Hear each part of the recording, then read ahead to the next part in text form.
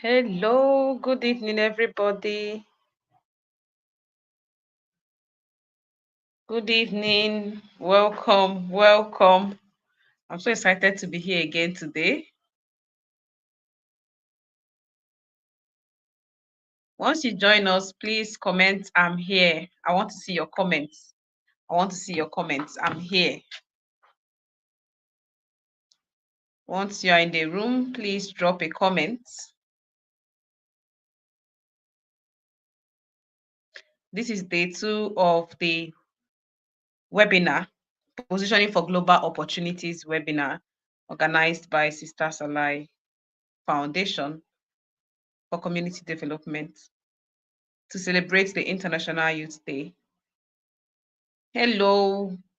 If you are here, comment, drop a comment. I'm here.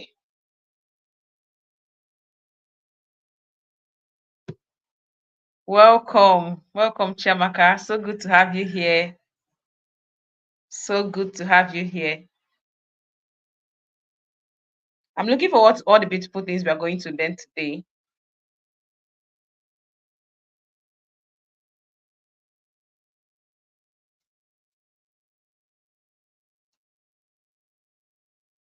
I'm looking for the beautiful. Yesterday was amazing. Yes, thank you.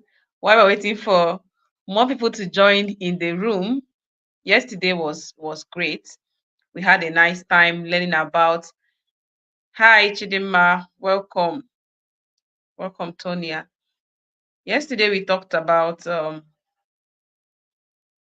tech space and how we can get opportunities in the tech space. Yes, Blossom. Thank you. Another day for great impact.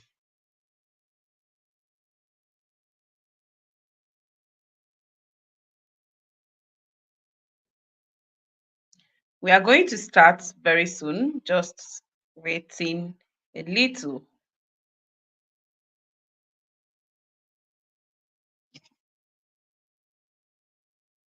Our guest for today will soon be joining us.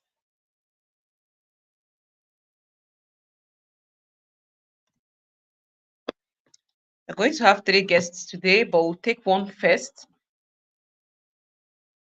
And she'll be speaking on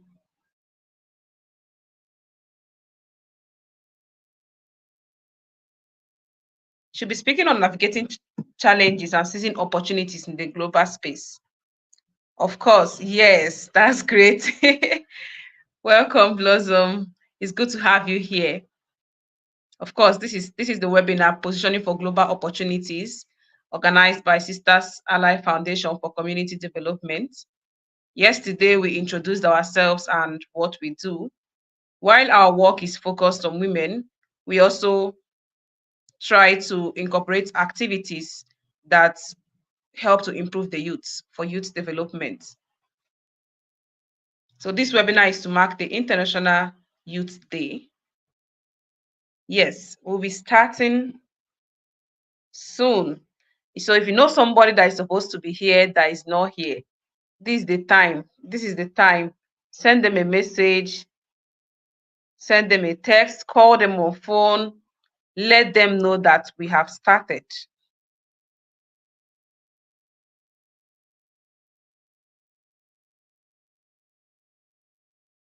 Let them know that we have started. So our first guest for today will be joining us in a minute. Then we'll read her profile. We know how we do it, and then we'll commence.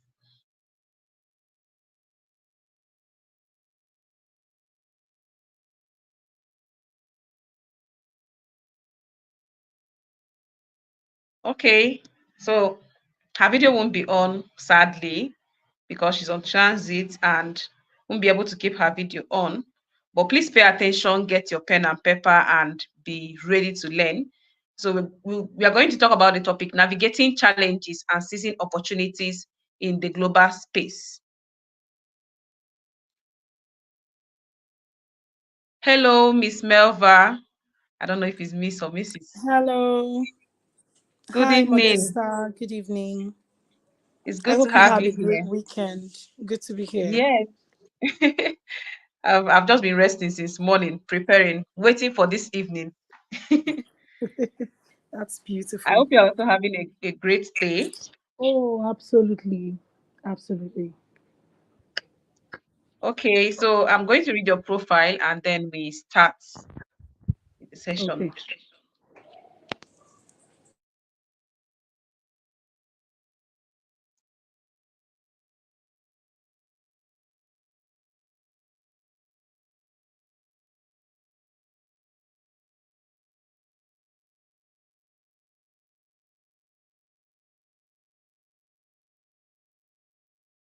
Sorry, think network. Okay.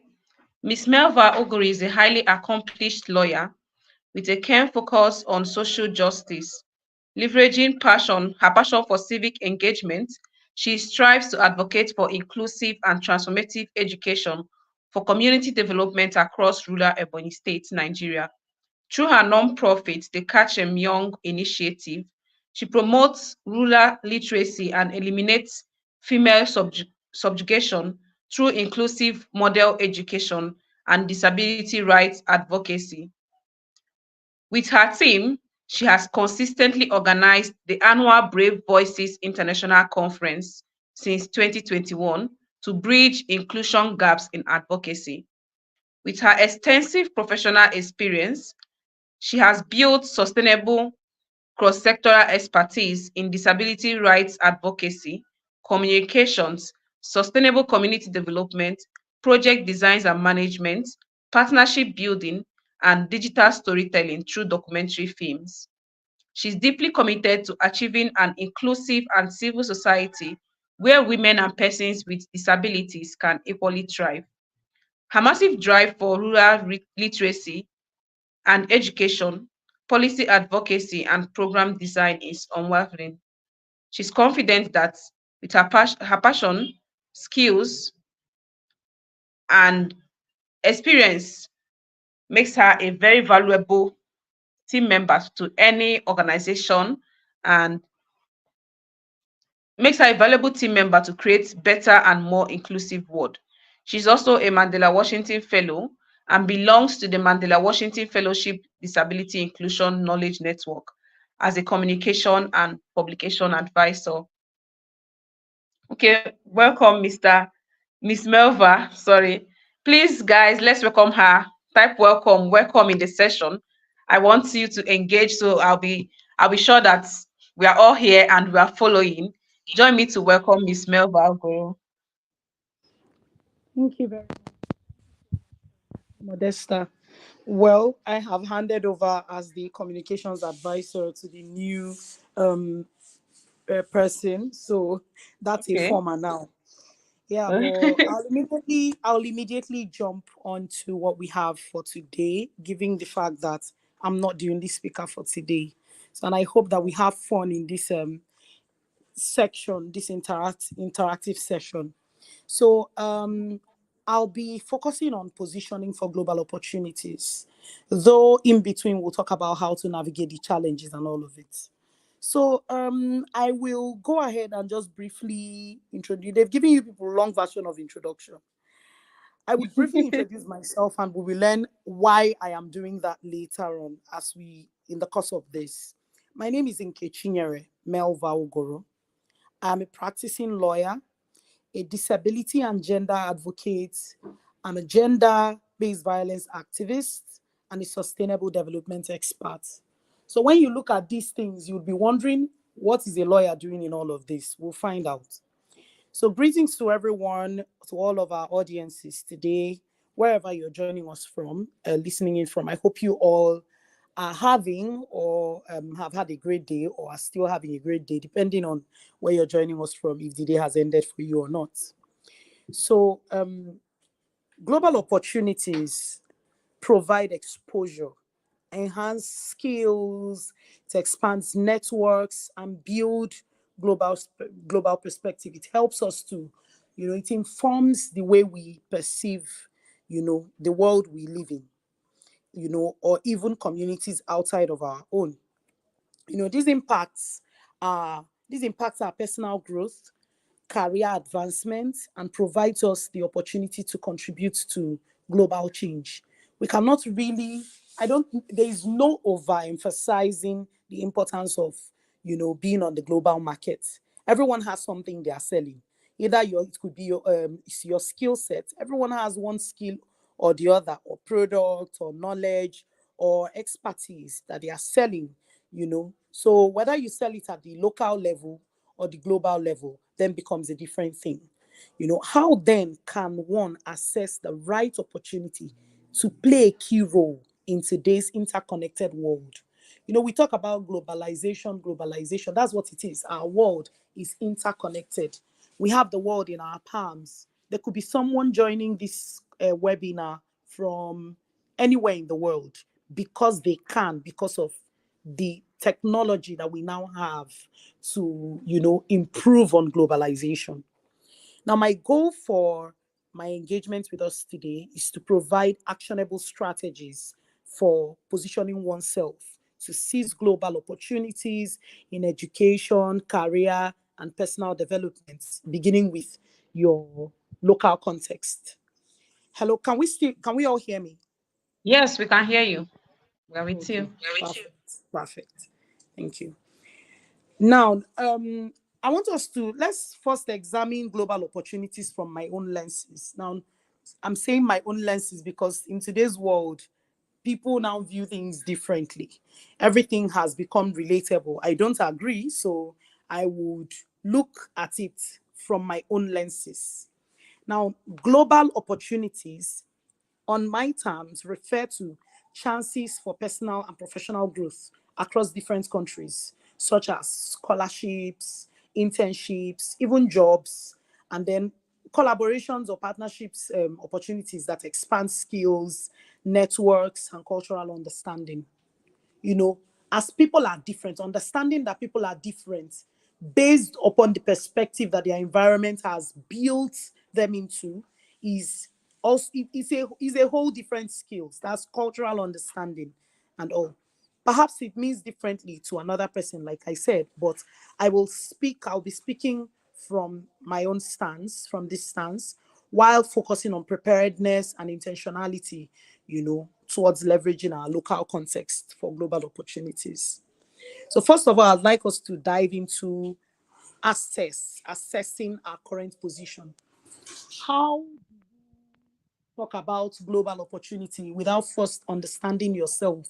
So first of all, you assess yourself and assess your environment. What skills do I have or aspire to gain? What qualifications do you have? And experiences, what experiences do you already have or can leverage from the resources available to you? Now, oftentimes when we talk about resources, people first think about money, people think about different things. But resources do not merely mean money. It's not finances even.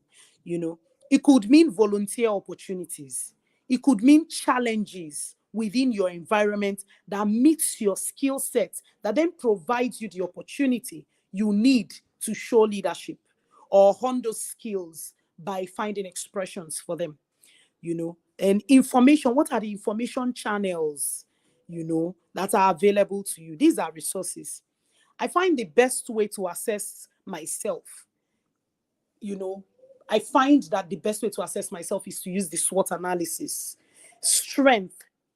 Strength is, you is what emphasizing, you know, your strength. You emphasize on your strength instead of the weakness. What you do with the weakness is simply acknowledge it and devise the strategies to mitigate against them, to ensure that these weaknesses, which are limitations, do not limit you. That's what you do with weaknesses, is not to dwell on them. Then seek out opportunities to express these strengths and your self-awareness. Identify possible threats, such as the requirements or preparedness needed for your target opportunity. Because every opportunity has, there's always a eligibility, meeting eligibility criteria, requirements needed, and all of those things. Now, those become threats to you, to your assessing those opportunities if you do not prepare for them. So you have to identify them and then prepare for them, meet those requirements. Now, let's move to building global competence. Let's look at volunteerism. We've talked about SWOT analysis, and I have, even though I know that on a general balance, the way I've defined SWOT isn't how it's often defined, but I've been able to bring it into our context for today. So let's just look at volunteerism as encompassing all the preparedness that we need for global opportunities. Recall my definition of global opportunity. Remember how I defined global opportunity, right? Now, there are the skills you first develop locally. Those skills, as defined in in my own that definition I first gave us, it helps you to develop your skills first. That's how those your skills find expression first of all, and then some of these skills that you develop are leadership skills, communication skills, cultural awareness, and self-awareness. Now, volunteerism, I know that some of us on this call are probably volunteers or are driving change in our various communities or in several other ways. You will find that volunteering is one of the places where you go to, because it's not a job, it's not a paid job. It's one of the places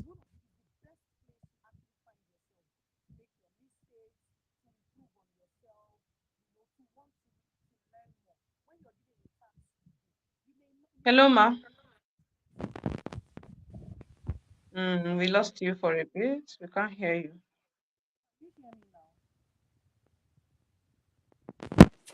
Hello, can you hear me?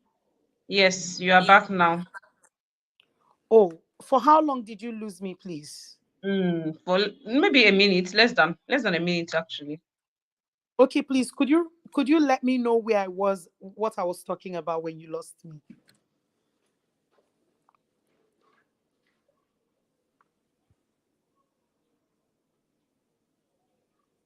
Hello, can you Yeah, hear me? you are talking about how what you defined global opportunities to be and how it's important to develop skills, communication skills, and you Okay, are also talking about how some of us here are volunteers and volunteering okay, is yes around okay. that part. That's where we lost Okay. That means I was still talking about building global competence, yeah, and you. Yes, looking at volunteerism. So what I was actually saying was that when you look at volunteerism, that space that affords you the opportunity to volunteer is a microcosm of the global space positioning that you're looking for, but rather it's in the global, in the local context. So it's a place where you find an opportunity for you to first of all, maybe a soft rather, for you to build those skills, have those skills find expression, and then from experiences in building your leadership skills, communication skills, cultural awareness, even self awareness, and all of those things, you're able to then, you know, get the expertise you need to qualify for the global space. Can we still hear me? yes, we can hear you. Okay, okay, good. So,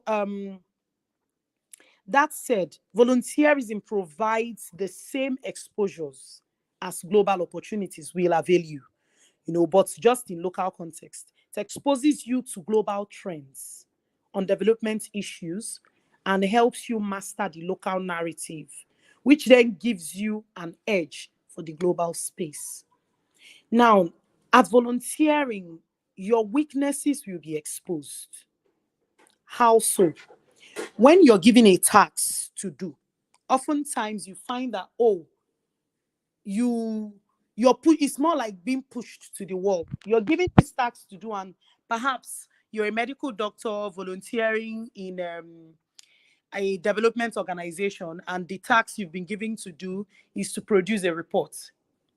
Now, you have never produced a report before. It's an opportunity for you to go ahead and learn to produce a report and actually produce the report.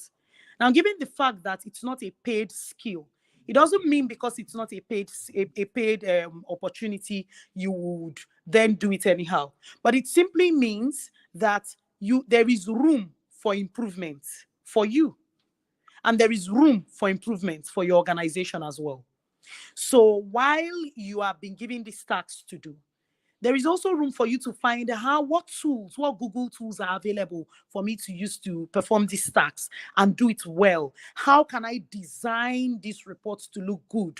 It's now an opportunity for you to search out other organizations' reports that look like what you want to produce. Find templates, find samples, and then produce one that is tailored to meet what you want to do. Now you have learned it. That's one skill in the bag. And while you're volunteering, you find that as you keep working, you find out that there are so many areas that there are to explore. And in exploring through volunteerism, you find your purpose in one area. You find, oh, this is the particular area I'd like to focus on. Then it helps to streamline your interest, your focus, and then it also informs the area you begin to work to improve on. Can we still hear me? Yes, we can hear you. Okay, good. This works, what I just described, it works whether or not you're an entrepreneur, any kind of entrepreneur of any kind, whether social or business entrepreneur, public service, or you are in civic engagement too. It works for in every area. Now, this brings us to education and training. With more clarity of purpose as to what area you'd like to focus on, like I had mentioned, you would now know what areas you need to work on and courses or trainings that might come handy to help enhance those goals or those areas of skills. And then you will enroll for them. There are so many free online courses or platforms where you can access them, like Google Courses, there's Yali courses, there is also Udemy, there is Coursera, there is edX, etc. There are so many platforms where you can access free trainings, and some of the trainings you might want, some of them are not free, but you can also focus on the free ones first and develop yourself from there. Now let's look at diversity and language skills. Now remember that I'm still talking about building global competence. I've talked about volunteerism, I've talked about education and trainings, and I'm now talking about diversity and language skills. Now, learn a new language. It's very important. We can't hear you.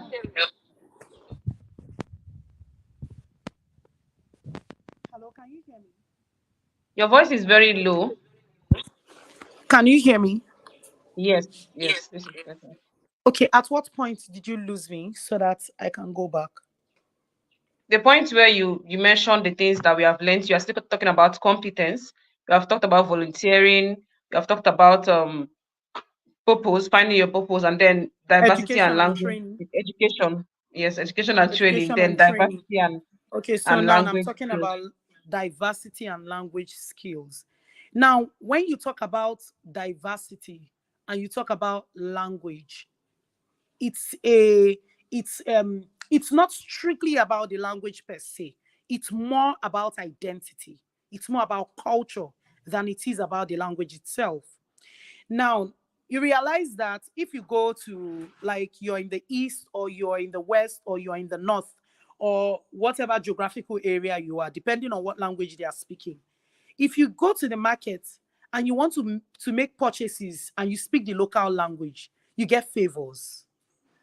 There's something it does. It makes the people relax with you enough to converse with you, and they hardly cheat you. In fact, if it's the north, because that's where I know more, you would literally buy something worth of 1,000 naira, you buy for 200 naira. Because speaking a person's language more like says you are identifying with this person. It builds trust. It brings about trust immediately, you know. Now, when you learn a new language or improve your proficiency in a widely spoken language, that's what it does. It helps you identify with the people and it helps you to be more culturally aware of those people that you work with, you know. Now, one of the things that also comes that we also need to know is that there are not just the spoken languages, there are the unspoken languages, which is sign language. Now, understanding that you're in the global world, globalization or our interconnectedness is not complete without identifying with disability inclusion. Knowing that There are people you might need. You want to do business, right? Or you want to build a partnership. Your company or your organization really, really needs this partnership to scale their impact or scale what they're doing. And the person in the helm of affairs is a deaf person, or the person in the person who you need to assess to be able to get that is a person with disability, and you simply have not built any diversity competence, then that might become an impediment for you or limit you in that area. Not because the person wants to, but because you have not communicated right. You cannot learn to communicate right if you do not develop competence in that area. So it's important to also develop cultural awareness and identity. Develop competence in the area of We can't hear you. We've lost you. Hello, I don't know why this is happening, because from my end I'm seeing movements. But can you hear me now? Yes, we can. Is your voice sometimes the volume goes low, and that's we know that you are speaking, but we can't hear you. It's not audible. Okay, but you can hear me now, right? Yes, yes, we're back now. Okay. Okay, so basically I was talking about diversity and Diversity. developing competence in diversity and cultural awareness, and how language, when we say learn a new language or learn to be proficient in a language, widely spoken language, is not necessarily as the language per se, but about identity, about the culture, and about trust and acceptance, because you need that to be able to work with other people. When you apply for jobs or you apply for a volunteering opportunity, one of the things that even for any global opportunity, one of the things that have remained constant in these applications is often, tell us the story of how you've played team. Tell us a story of how you've been able to work with diverse people. You see, so that comes to play. That means you have to be prepared for it. It's a competence you have to develop. Now, let's move to leveraging technology. Very important. Digital presence is very important. I know that there are other people that will probably delve into that, but I'll strictly maintain on the aspects we're talking about, which is building a professional online presence. It's important. We're going to do an exercise in this aspect that I'm talking about. Now, there are platforms, professional platforms like LinkedIn. Now, it's also important to note that while it's important, I believe I am an advocate that everybody should be on LinkedIn. Every serious person should actually have a page on LinkedIn, a working page on LinkedIn. Now, the reason is because it's a professional platform where you position yourself. In fact, we cannot talk about positioning for global opportunity without talking really well about LinkedIn. When you get to LinkedIn, that's where a lot of heads of organizations, COOs, CEOs, people who are leaders of nonprofits, that's where they are on. That's where they are engaging, really. So when the kind of post you make on LinkedIn is not the same way you structure the content you put out there on Instagram or Twitter or Facebook. Those are streets. LinkedIn is like a corporate office where all the global trends happen. So it's very important how you position yourself on LinkedIn. And then depending on your community as well, you can choose another platform, because you find that sometimes the people that you serve are mostly or on Facebook. At any point you stop hearing me, please draw my attention to it. Okay. Yeah.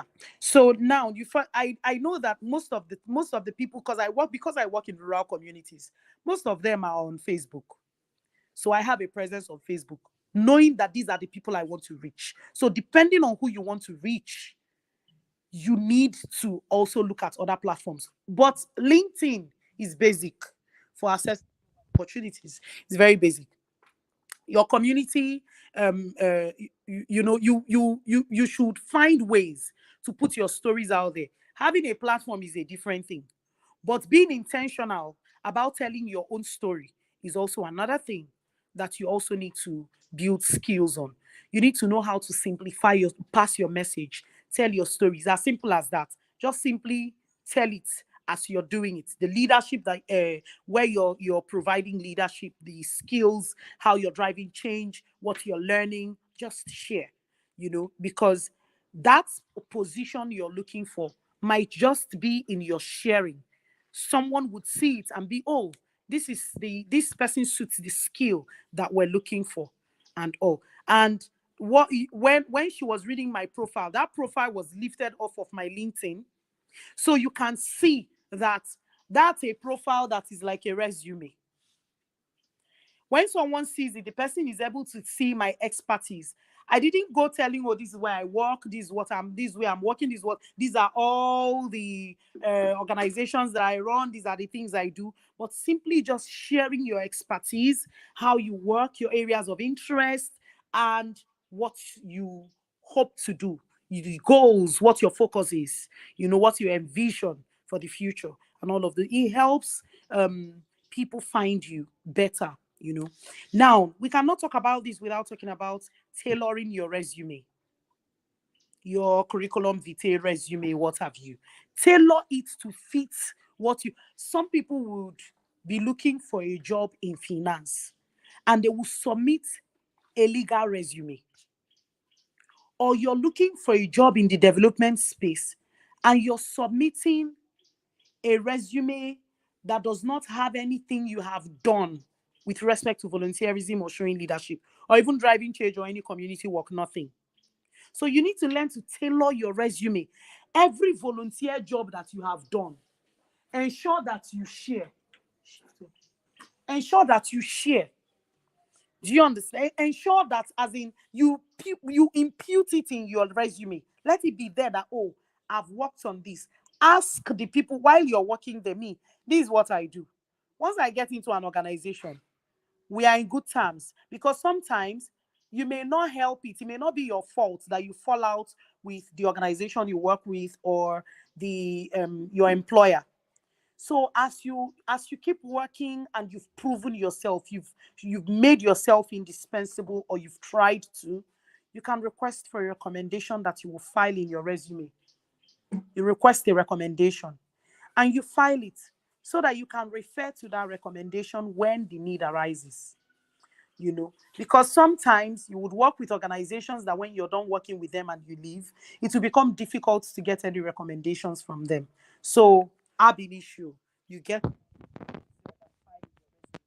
make sure that all your volunteer activities you're able to impute it in your resume. And you're also able to, you cannot say, oh, I am a development expert, or I am working on WASH in my community, I have done this, that, and we come on your Facebook and we can't find it. And we come on your LinkedIn platform, we cannot find it. We come on any of your social media platforms, we can't find it. Or we Google you and we cannot find it. And when you Google a person, it is not just their publications that pop up, their activities on social media platforms pop up. So now I remember I said we're going to do an exercise. In 1 minute, please, I'd like everyone to Google themselves. I'll just give us 1 minute and time us. Please Google yourself and let us know what you see, if you like what you see when you Google yourself. Because this thing you're doing is exactly what the people you're applying to for any opportunity, whether it's job or what, is exactly what they will do. Once your resume comes to their table, they'll Google you. And then for some people, will be seeing bad news on their platforms. You'll be seeing all the bad news happening in Nigeria. You first of all see it on their platforms. Or you would see a picture. I took this picture in my hotel bathroom. Some people, those are the things that they post. Can we still hear me? Yes, we can. Okay, so I think we're approaching our past 1 minute. Can anyone share if what they found and if they like what they see? Please drop your comments if you have done Drop the your exercise, comments so that everyone would and just I'll read see, it and out. I'll go Yes. on. Drop your comments, please. Look through the comments and see. Let yourself. It's more like a reality check for everyone. What do you see when you Google yourself? Do you like what you see? And that's a call to action for you to go back on your and refurbish your social media platform, and engage yourself more.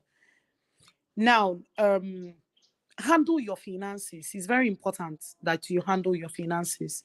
This is important while preparing for global opportunities, and find a balance. You need to find a balance so you can give, your searching or your preparedness journey, you can give it your best. Some of your training tools might need financing, because like I said, some of these other platforms, some of the courses are free, but some of them are not.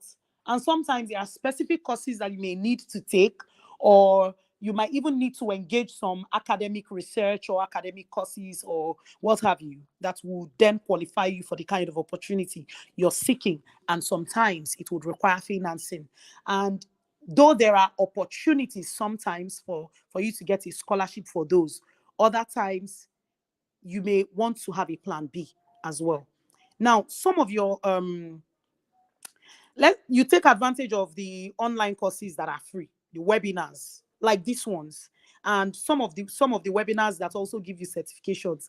And there are some global institutions that also offer certifications, or courses that have come with certifications as well. Now, while attending webinars and joining groups, especially as you volunteer, learn to network right. Networking, there is a networking right, and I will come to that. Find and join international groups and forums. Could be on WhatsApp, could be on LinkedIn. You and one of the best ways to network is first to draw attention to yourself. It could be through asking intelligent questions or talking about what you do that aligns with the goal of the group, that will spur engagement, then that's putting yourself out there. Networking and relationship building, very important. So I'm currently reading a book, for the second time actually, a book called Relationomics. I love that book. That book emphasizes the importance of building sustainable global networks through mutually beneficial relationships. Now, most of us, if not all, have gone to the market before. You have gone to buy something in the market. Either you've gone to buy tomatoes, your groceries, or what have you. And when you get to the market, oftentimes there's this particular customer you are looking for, because you built relationship with that customer. So when you don't find that customer, you feel like every other person is cheating you, or they are not selling you what is good. When you build a relationship with your customer, sometimes even that customer will cheat you, but you will not know because you built trust. So now, in partnership and collaboration, trust is important. Building relationship is important. It doesn't just follow that, oh, okay, we work in the same area, let's collaborate. No, it doesn't work like that. So you have to find you have to find an how do I put this now? You have to find a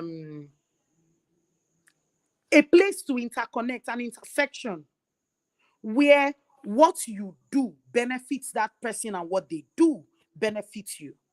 So that when you come together to collaborate, it benefits their interests or their goals for what they do, and it benefits yours as well. So that it's not, oh, I'm applying for this organization to come and fund me, or this organization should come and fund what I'm doing, but you don't find that interlink interlink where it also benefits them. So you need to build mutually beneficial relationships, to spur collaborations and partnerships. Now, here are some tips that I would use to round up.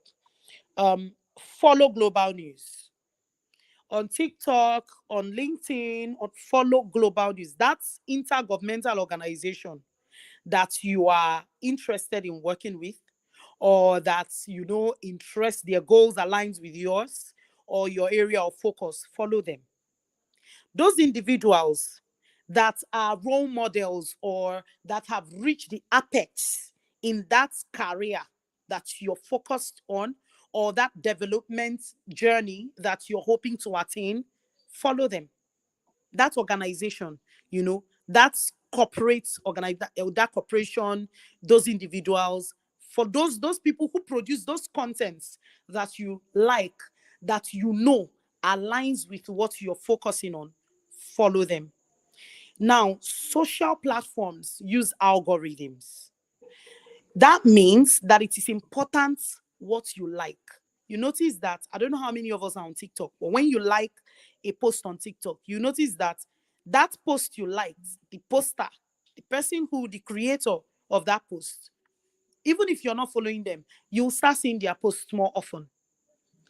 And you also start seeing related posts more often.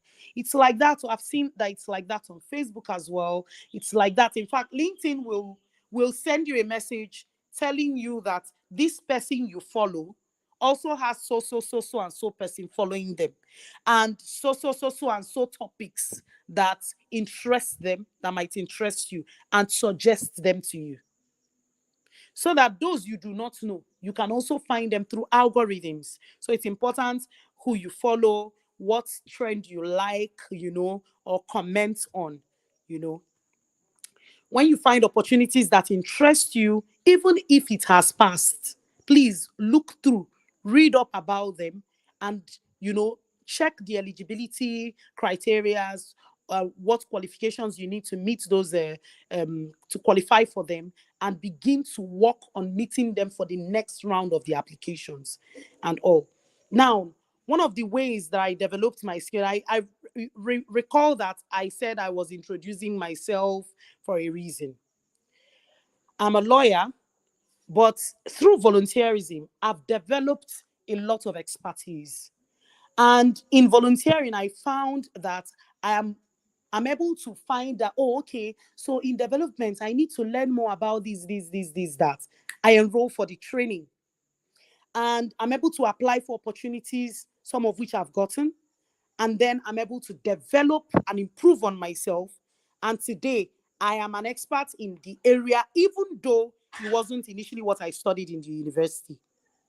Even though I'm a lawyer, I'm also a development expert. I'm also a GBV activist.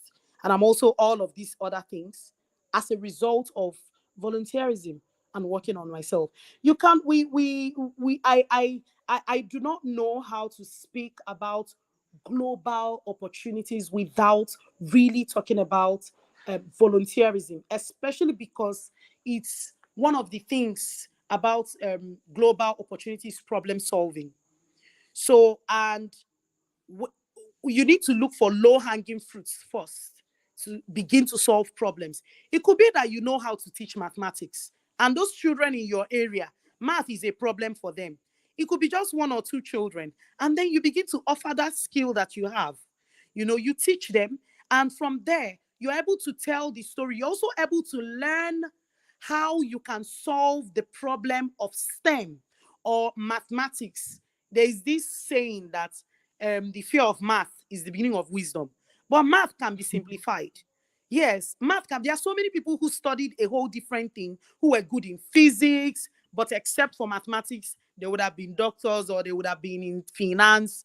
But all of them came to study law, or they went to study social sciences, or what have you. So, but today, people have found ways. I have a friend who is simplifying STEM through board games, and it's really interesting.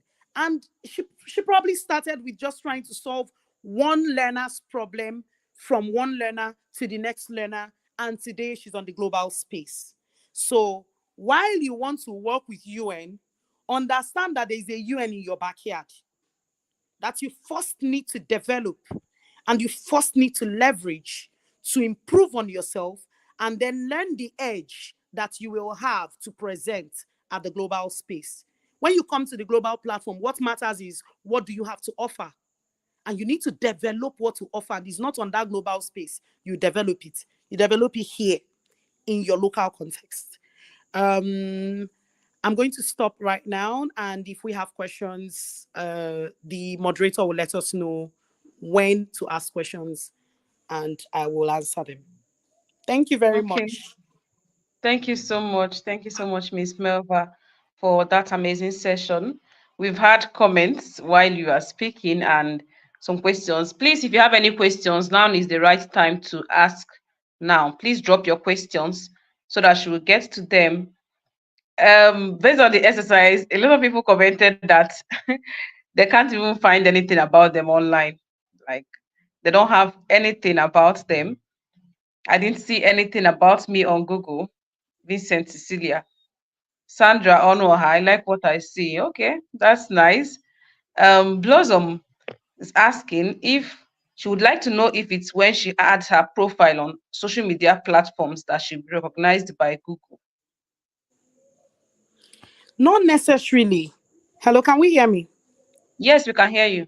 Not necessarily. Like I said, the first time I Googled myself, I had not put out any, I hadn't done any publication, nor had I included, I hadn't even founded any organization at the time, you know. So there was really nothing to include on Google. I know that there's a place where you register on Google and Google recognizes you and all of those things. But Google will go and fetch everywhere you have ever commented before, everywhere you have put out anything. If you've registered on Facebook before as a Facebook user, you have a page. Google will go and fetch it if you Google yourself. So that's why it's important what we put out there, what we engage in. What you cannot defend, don't engage in it.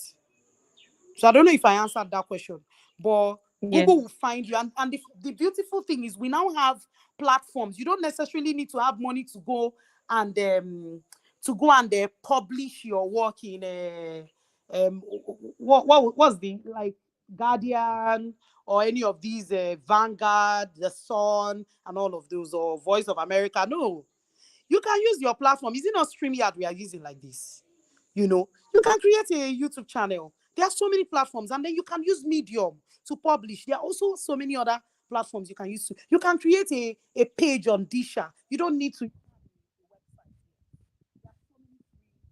sites that you can use, you know, to put yourself out there in very strategic and intentional ways.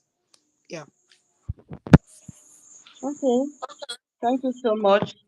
There's another question. This person is asking, Blossom is asking too, is there a particular way of finding a community that you will fit into? Yes.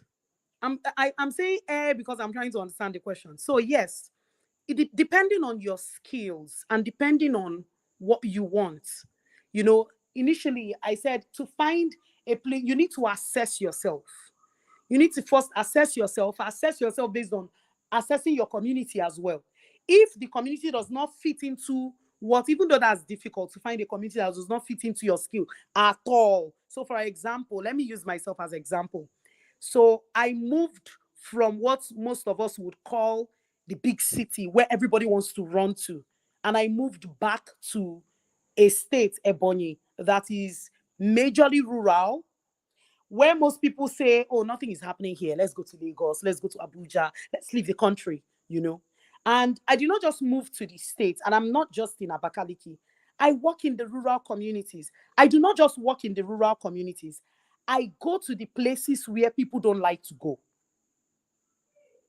I go to the places that are the typical hard to reach places. Now, what am I looking for there? I know that those are the people that do not have access to quality education. I know that those are the places where I'll find female subjugation. I know that those are the places where I'll find what I complain about. One of the things that I've found is the more, if you're a complainer, it means you have a lot of resources in your hands. That thing you complain about is an opportunity for you to solve a problem. So when you find the opportunity, when that problem you find that exists in your community, the first question I would ask myself is, how can I solve them? How can I become the solution to that problem? It doesn't mean that I might have the skill. Now, I started with going to my village, going from house to house, begging parents to bring their children out for me to teach them. Bring your assignments. Let's read it and teach you so you can do them. Let's help you improve on your academics. Our target was the girls, but I had assessed my community, my environment, and I had learned that my community would frown at my work if I were working with only girls. They Your would voice like, is low, Miss Melba.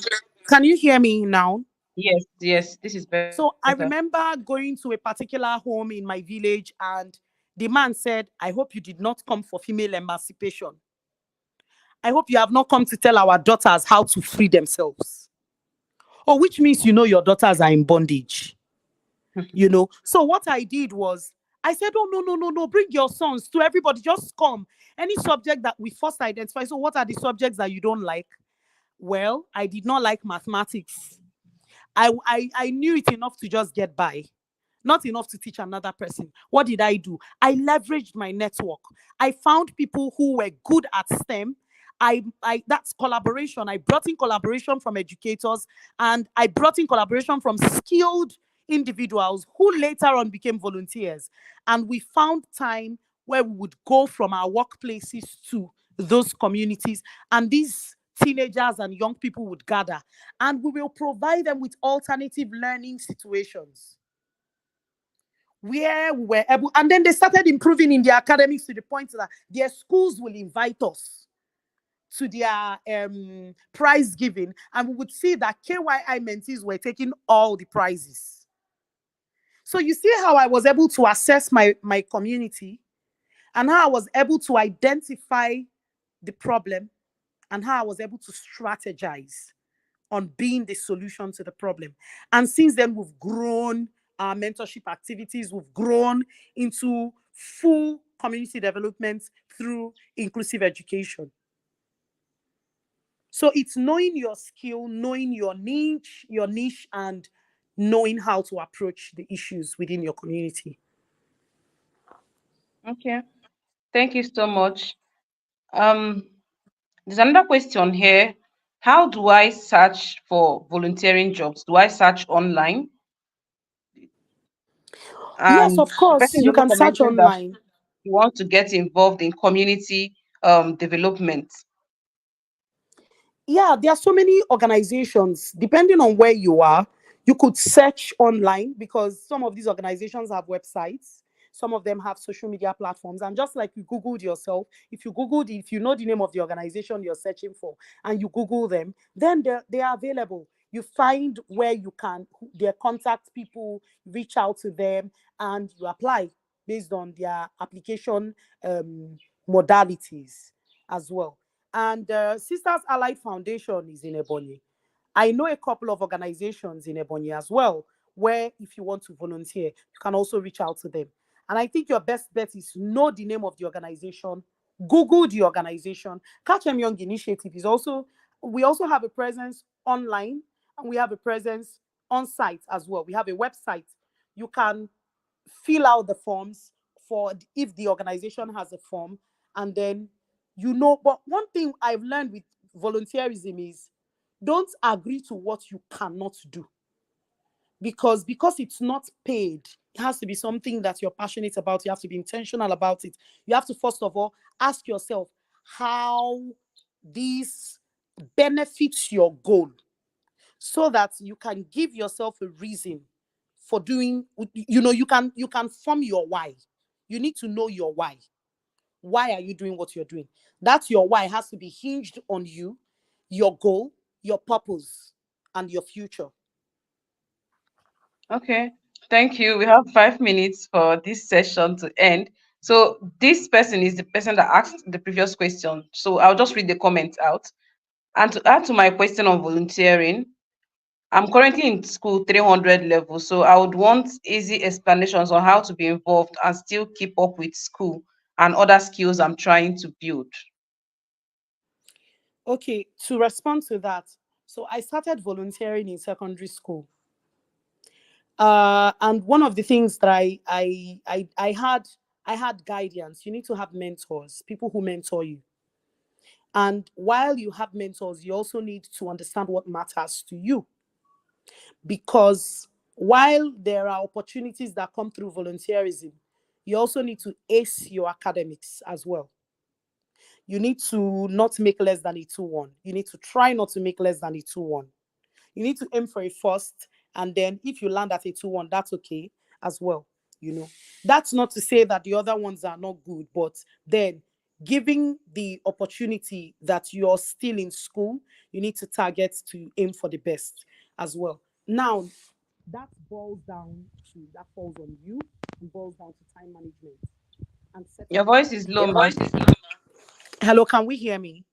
Yes, you're back now. Okay, now. So now that falls on you and boils down to your time management skills and setting your priorities right as well. So if you're going to be volunteering and you know that you have, when I started volunteering, I was in GS1, junior secondary school one, class one. And I started with a group of my friends and we founded what is now known today as Children's Parliament in Ebonyi State. We first called it Child's Rights Club. I don't know if they still have those in schools, but it escalated to the point that every school had it. They formed a parliament, and we were part of the team that then in 2003 became the Nigerian Children's Parliament that passed the read through the bills, Child's Right Bill that became an act. Now, while we were doing that, our activities were usually during break. While other children go for break, that's when we do our activities. And we also used our holidays to write reports and pay the then governor a courtesy visit, where we talked about the need for free education and to curtail child labor in Ebonyi, where children used to hawk. And the governor was someone who had interest in education, some because he was a commissioner for education himself. So he looked into it so much so that there was free education, absolutely free primary and secondary education in Ebonyi State, and a lot of scholarships for university at the university level. And they were also arresting hawkers. Every hawker or laborer that was a child, they would arrest them and then find their parents, release the children into school, straight into school. From where they keep them at the Ministry of Women Affairs, they would give them uniform and books. They go straight to school and they arrest their parents and get them to sign an undertaking that that child will be in school. These were the work that we did, and I was in junior secondary school. Now, it did not impact my academics, because the people around me, being a child myself, the people around me were able to set my priorities right. When I had to go get into boarding school, my activities reduced. So it's knowing what you're capable, what you can do. That's why I said, do not take upon yourself what you can't. Know what you can do.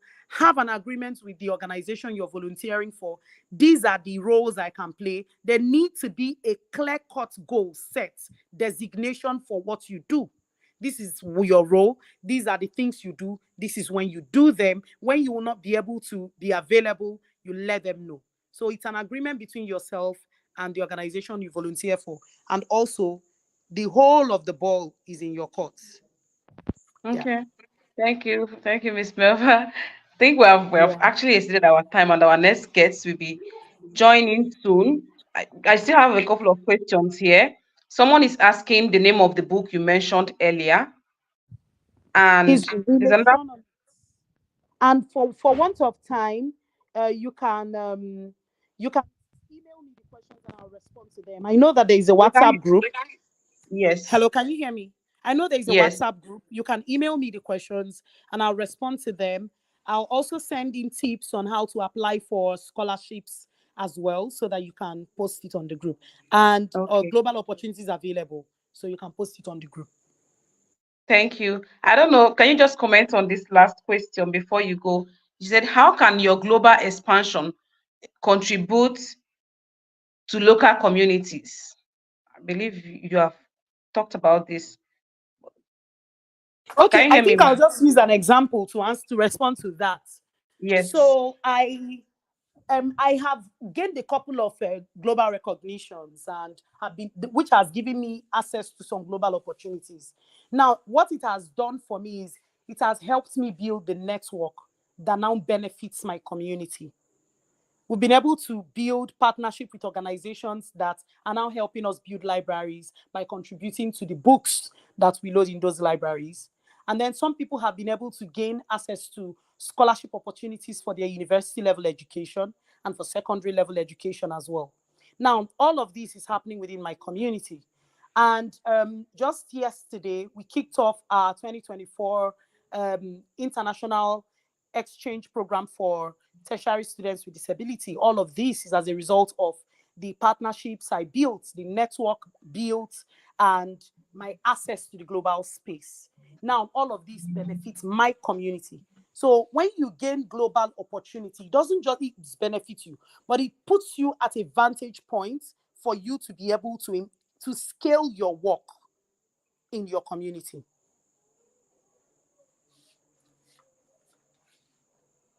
Thank you so much, Miss Melva, for joining Yeah. us. We have really enjoyed your session. Amazing, amazing work, ma. Comments are coming in. Thank you.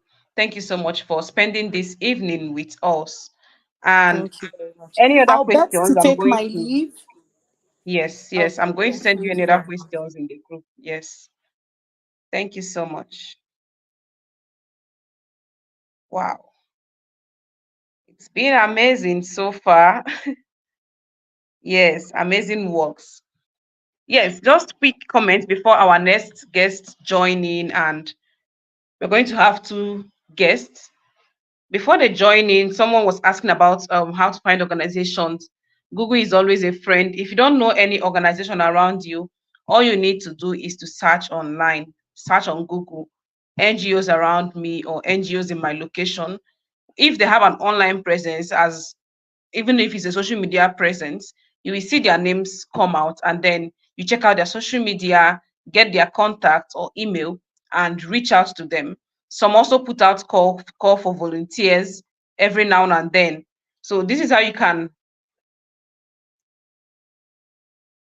So this is a sure way that you can get access to organizations and be able to volunteer for them. So our next guest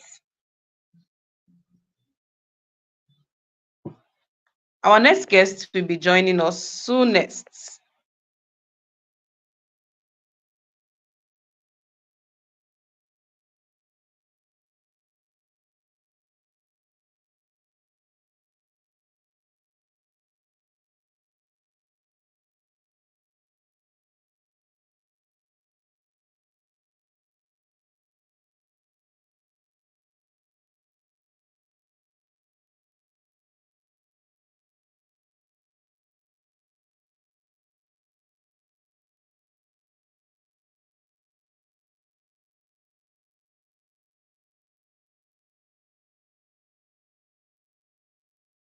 If you have any more questions for our first guest, please drop it in the comments and she will get to hear them and respond to you. We're going to drop her responses in the group chat. We're going to drop her responses in the group chat, and also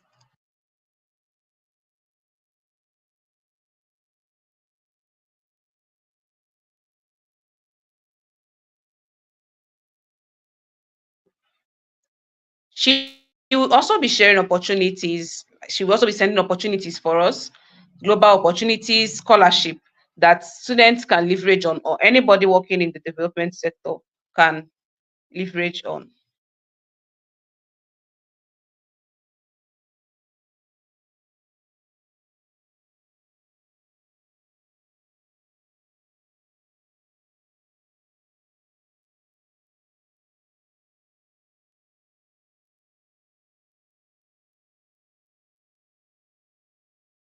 Waiting for our guests to join in.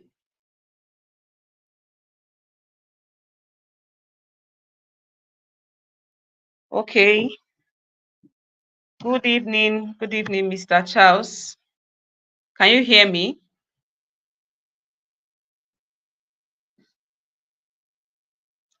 I can't hear you.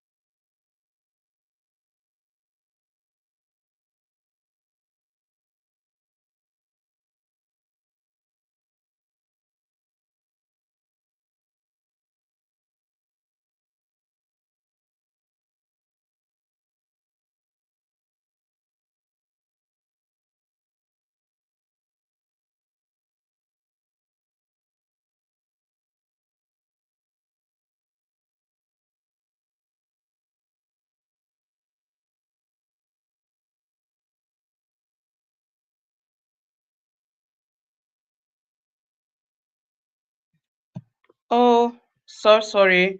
I think my network went off for a bit, but now we are back.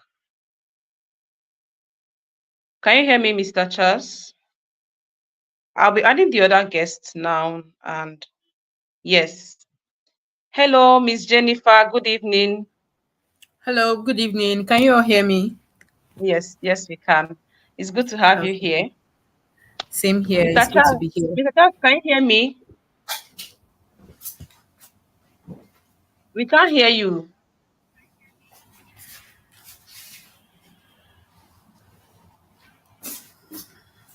We still can't hear you.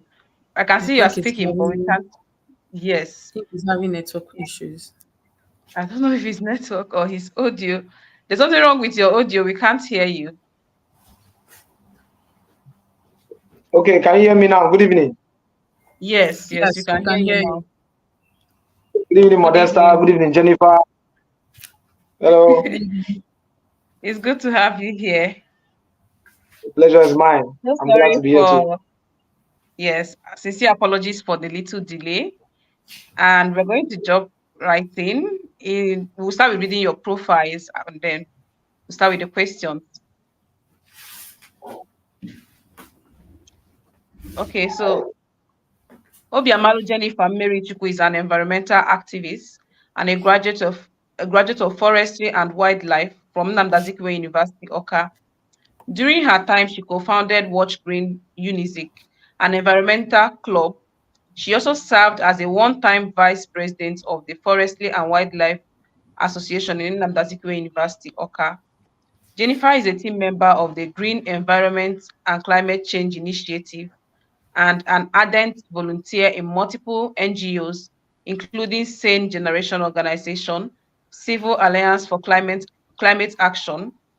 Jennifer is also a professional pastry chef. Okay, Miss Jennifer, it's good to have you. I hope you came with lots of goodies for us. Yes, I did. I did. I'll make mine very fast.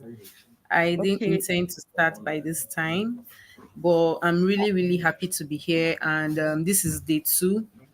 I'm glad that it's my fellow students. I just recently graduated, so I'm speaking to Ebonyi State University students, and I'm also speaking to Sister Ally Foundation members. So I believe that we'll be able to relate one on one with my Yes. presentation today. So So I'll be sorry. taking. Sorry to interrupt. I don't know if you prefer to do a presentation. It was supposed to be like a question and answer session, but I Okay. don't know. It was supposed to Oh, be a okay. I'm question and fine with answer. anyone. I have my presentation here. We can also do question and answer. So I'm fine with anyone. Okay, I hope you're not in a rush. You mentioned that this is not the time you're supposed to start.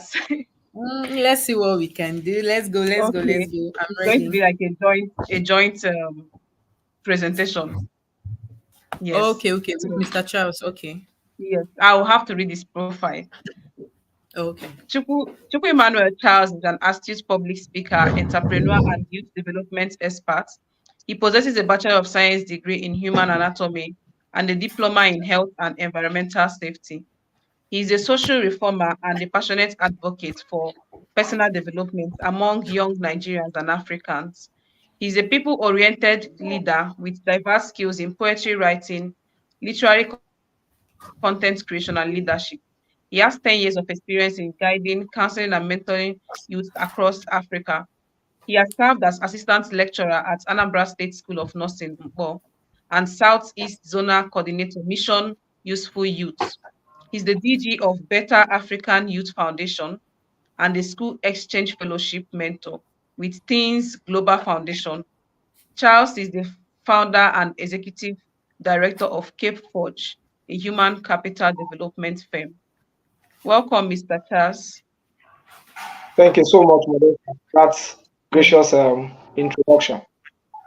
Thank you. So we're going to jump right in.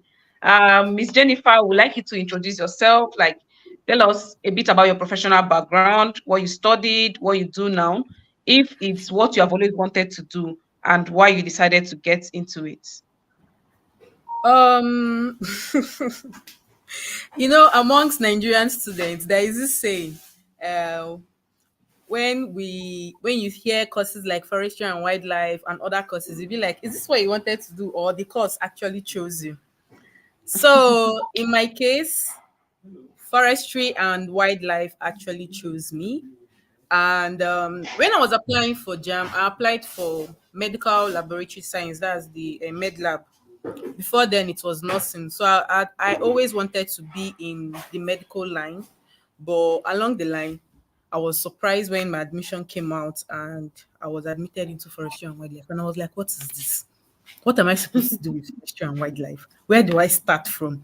Should I just get the admission, write jam again, and try my luck? So after the induction, the orientation, and everything, I was like, this is not really how it looks like from the outside. So I gave it a shot, and trust me, forestry and wildlife is one of the best course out there.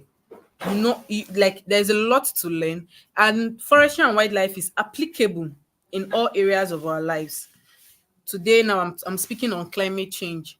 Climate change is a versatile topic in the health sector, in the hospitality sector, in the environment sector. So it cuts across so many things. So I would say I'm really happy. I'm really happy today. I'm happy to be doing what I'm doing, and I'm happy I chose to remain in forestry and wildlife. And now I'm a happy graduate of forestry and wildlife. Okay. That's good to know. Mr. Thank you. Charles, over to you. We'd like to know you more, your professional journey, what you studied, what you do now, and you also share with us if it's something you have always wanted to do or fate it chose you. Okay, so well, I have a similar story with Jennifer, and well. I grew up in the north, and back in 2012, 11 rather, I had applied to ABU's area for medicine and surgery. But then life happened, Boko Haram became intensive, and daddy said, come back to the east. Well, I applied to EBSU, and human anatomy chose me. I never knew the course even existed in the first place. But then life happened. So I studied human anatomy. Let me make it quite brief. I studied human anatomy between 2012 and 2016.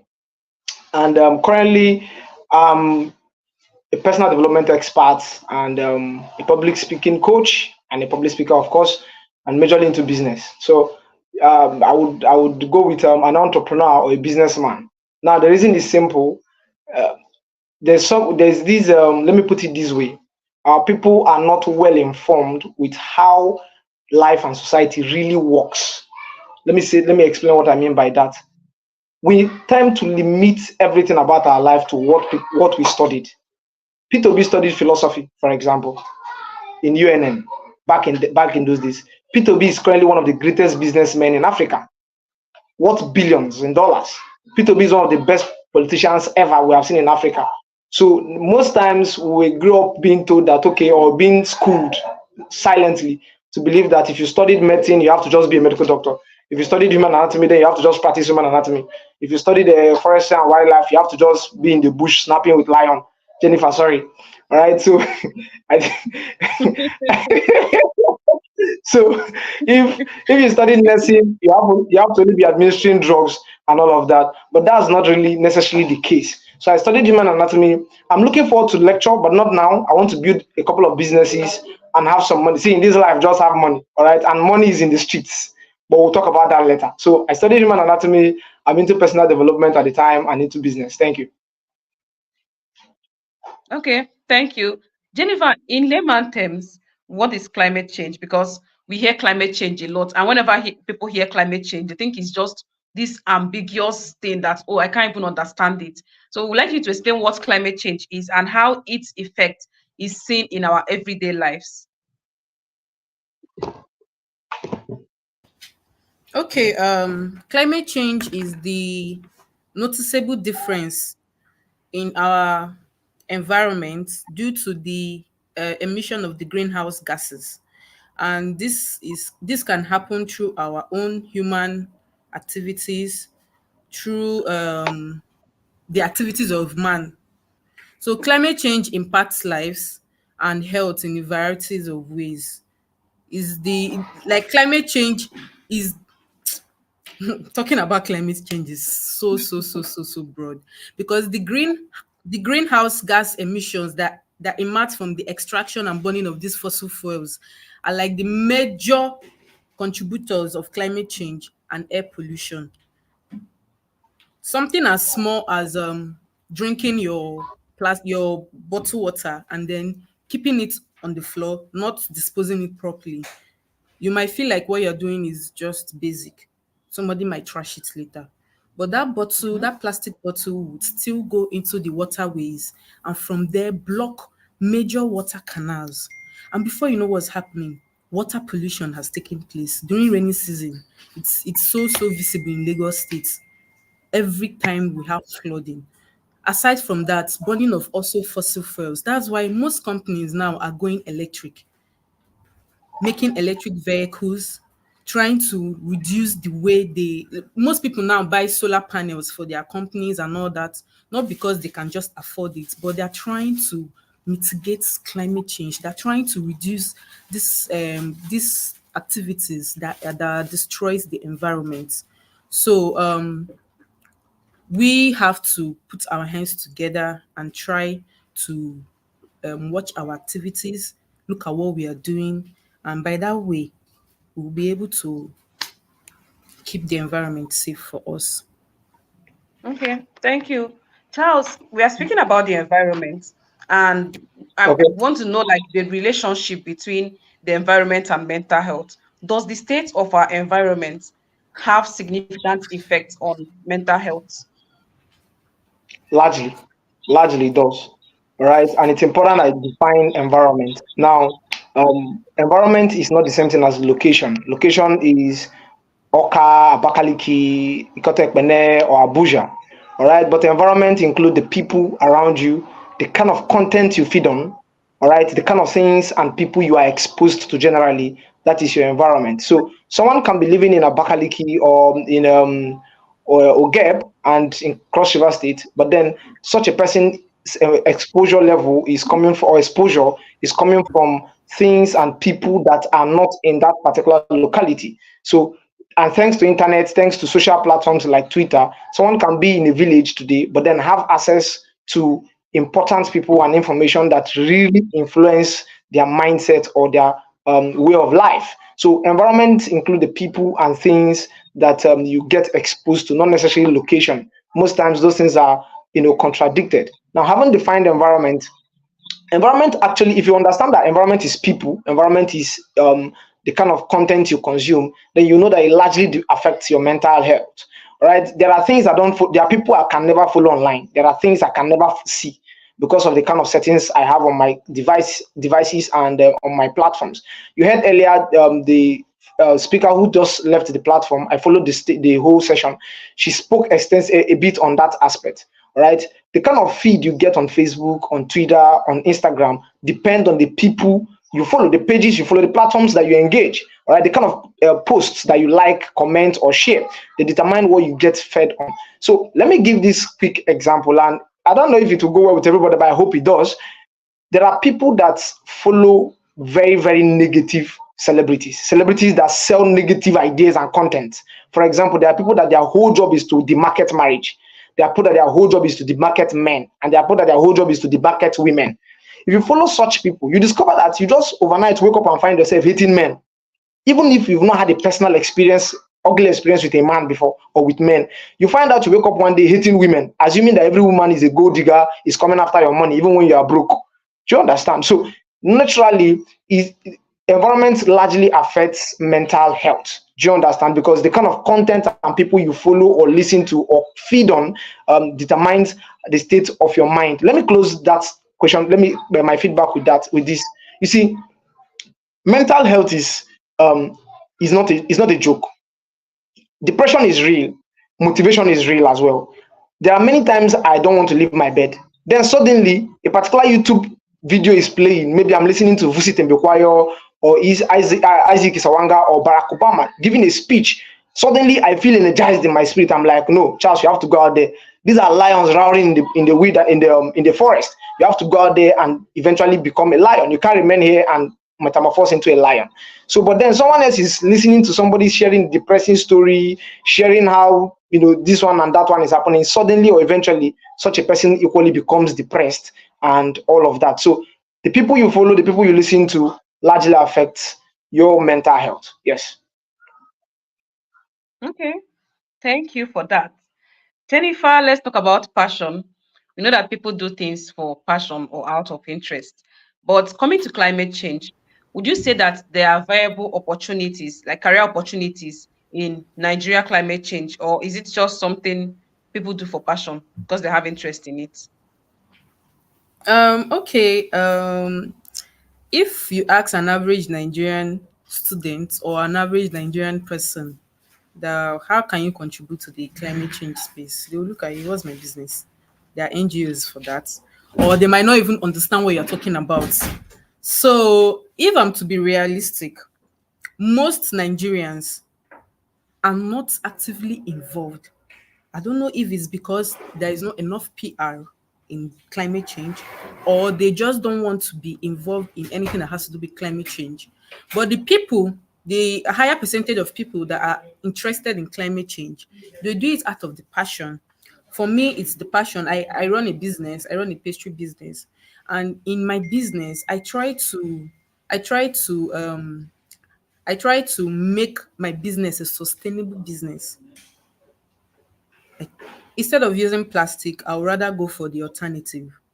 Instead of wasting water and doing all those things, I'd rather go for the alternative just to make sure that the environment is sane. So for me, I would say the preaching, the echo evangelism of climate change should keep on going out there so that most young people will actively key into what is being done today. Because climate change is not really it's not something that we should be saying and we'll be whispering. Hello, can we hear me? Yes, we can hear you. Okay. Climate change is not something that we should be saying and we are reducing our voice. It's something that needs to be heard out there. There are multiple NGOs that are there, there are volunteers, people that are looking for where and how they should help out with that. We have the climate policy and advocacy. Can work with the government, can work with NGOs or businesses to develop and implement climate policies and advocate for change. You have the green finance. So climate change cuts across different broads and aspect of life. Even big, huge corporations, businesses are keying into it. Something as little as the greening in our estates, in our urban areas, it is as a result of interest in climate change. Now you can now get so much opportunities in climate change. This sustainable urban planning is a very good career in climate change. You can design and develop sustainable urban spaces. And designing and developing these urban spaces will reduce the carbon footprint and enhance good livelihood. So I would always say let us preach the gospel of climate change very well in Nigeria. You know, the Western countries, a small child of 5 years old is in their school curriculum. They'll tell you the most basic things, but over here it's quite sad that it's just as if it's selected individuals that are preaching the gospel of climate change, preaching the importance of our activities in the environment. So I would really want us to key into it because there are so many opportunities there. There are so many things that will benefit us. It's not just about benefiting us, even our generation and unborn children. Because when we are done from here, when we've exhausted our time on earth, our generation will still meet these things. That's why I keep telling people I will still go back to my plastic bottle example because I think that's the major one that really pisses me off in Lagos states and any other way and in any other states. You drop plastic bottle here is not affecting you. It's affecting the person staying at Magodo or Surulere. Is your activity there has affected somewhere else because of that plastic bottle you didn't trash properly. So we have a lot to do as individuals. We have a whole lot to do. We have a lot of sensitization to carry out. But in all, There is a huge market in the climate change. I know that climate change is, people will see it as a bad thing. Yes, in every problem there's a solution. So it is now left for us to key into those solutions. Like I mentioned, businesses. In your own little way, try to make your business eco-friendly. We have companies that are adopting eco-friendly practices, and they're creating jobs in sustainability, green building, and environmental management. So the change starts from you and I. You can't leave it for NGOs to carry out. You can't leave it only for people who are interested or volunteers. So in the tech sector, climate change also has a role to play there. People are now innovating and developing new technology to reduce carbon footprints. We have some startups in Nigeria. We have the Buy Power, we have the Sunfire, we have the Bacon Power. These companies are startups in Nigeria that are also trying to crop these things in Nigeria. They're all environmental startup in Nigeria. So I would say a climate change, is it passion or interest? Or well, your question is if climate change is Their passion career or opportunities, if there are career opportunities, or is it just for passion? uh it's not just for passion. There are so much career opportunities in climate change. Even as a student, while I was in school, for me to have thought of co-founding, I founded Watch Green Music with my friend then in university, and we had what we were targeting then. It was to keep, our motto was to make sure that Unizik is greener, for a greener and better Unizik. So imagine if we try to expand this in a bigger space. Now we did our own out of passion, because he's not in my department. He's in geophysics that has nothing to do with this topic. It has something to do with the topic, but it's not as if the course is actively in it. But because of he himself understands what is happening, he understands the need for it. So he brought up the idea, and both of us actually had to work into founding the organization in Unizik. So I would say right now, we just need to do much in making sure that most people are involved in it, not just for passion's sake, for career opportunity, because there are a lot of career opportunities in climate change. While I was in school, there was a professor in my department. He was always on the move. He had a lot of projects he was handling, and his major was urban forestry. He had so many places he was landscaping, he had so many places that he was mapping out and all that.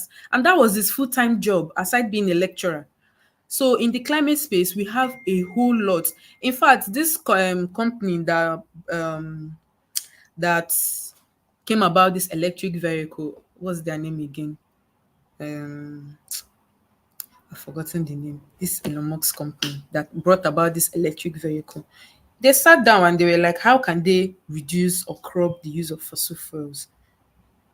And in that company now, they've been able to provide jobs for people out there. So for me, I would tell you that climate change has so many job opportunities. It has career opportunities. But as an average Nigerian, I will say the truth, in Nigeria, they see it more of passion. People that don't even know about it, they'll say, what the passionate? She's passionate about the environment. That's why she's doing it. That's her. Maybe because she studied forestry and wildlife. But we need to do more in Nigeria. Thank you. Okay, thank you so much. Charles, we are talking about opportunities now. Let's take it to global opportunities. And we're talking about actions that individuals take that affect the environment. Now, what can young people start doing today in their everyday lives, like little steps that they can take in their everyday lives to prepare them to be able to access global opportunities? Okay, thank you, Modesta, for that beautiful question. Well, the first thing before I get into my own point, let me reiterate what the barrister who spoke earlier said on volunteering. She mentioned, she really buttressed a lot on volunteering, and I want to counsel that our audience, take that point very seriously. I'm huge on volunteering, all right? I'm huge on volunteering. And I can tell you, with volunteering, you are best positioned for global opportunities. So that's one of the points. I won't go into that because the last speaker already, the formal session, at the last session rather, the lady already addressed that. Now, The other point I will need to make on that is personal development. You see, one of the reasons why I'm really passionate about personal development is that I started traveling very early. All right, I had the privilege and the grace of God. I had opportunities to travel very early. I was part of the Ebonyi State debating team, and the university funded all our foreign trips as a student and all of that. I was just a small boy then, didn't really know much, but I was getting crazy exposure. We're even being paid in dollars. So each of the trip we went for, we're being paid and all of that. And it was amazing. Now, this is why I joined the debating team, and in 3 months, I made it to the team traveling to Ghana. In 3 months. That was insane. And the reason was because of intellectual capacity and, resourcefulness. So a lot of our young people, now, why I had to give you that background story of my early exposure is this. While traveling, I noticed something. Around here, our people do not pay attention to personal development. Everybody's flexing life, everybody's catching cruise. Then eventually you get to your 30s, you get to your 40s, and discover that life's opportunities are only for the very, very prepared, not just prepared. And that's why earlier I was talking about people focusing only on whatever they are studying in the university, only about certificates. So people do not pay attention to personal development. See, the truth is, certificates are a big deal, but you discover that your certificate is nonsense if your person does not match that your 2-1 or that your first class.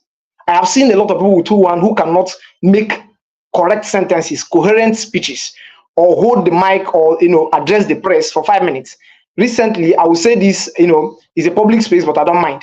Okay. Now, recently, a commissioner in Ebonyi was holding a press conference, and it was an embarrassment. Somebody went to Facebook to drag him and said, how can a commissioner, a cabinet member, not be able to make coherent speeches? Now, you see, politicking can get you an office locally, but politicking will hardly get you such an opportunity globally. Ngozo Konjiwala is not WTHO boss because of just politicking. That woman is developed. She's a capacity. So the second point is, apart from the volunteering, the second point is personal development. Our young people need to pay a lot of attention to personal development. And let me break it down. Learn communication skills. Develop your mind. Read books. Pay for trainings or go for trainings, free trainings. All right, just like this webinar we're having. Be a part of stuff like this. Take personal development very, very seriously. Let me wrap that particular point up with this. You see, opportunities do not just meet people prepared. All right, opportunities meet people at their level of operation. There are opportunities people at my age will never get that I've accessed because of the kind of level where I'm operating from. Guess what? There are places or people you won't even roll with on a normal day if you are a local champion in quotes. I have met people who they're only interested in people who have traveled around, people who have met big boys, who have, those kind of stuff. Life is unfair. Our young people don't understand. Life is very, very unfair. So you have to up your game if you want to be a part of the game. I'll say it again. Life is very unfair. And if you want to be a part of the game, you have to up your game. So take personal development very seriously. And develop your mind, develop your intellect. All right. Number 2, build communication skills. Take public speaking training. Go for coaching sessions. All right. If you can't afford one, at least YouTube is there. Start practicing, start rehearsing from there. And the third is networking. Let me say this. See, I have found something very appalling amongst our young folks around here. We joke a lot with networking. So you'll find someone who has a circle of friends. She's a lady, for example, and has a circle of friends, let's say 12 ladies. And amongst this circle, there is no one person who is resourceful enough to help the other person in the case of an emergency or a case of trouble.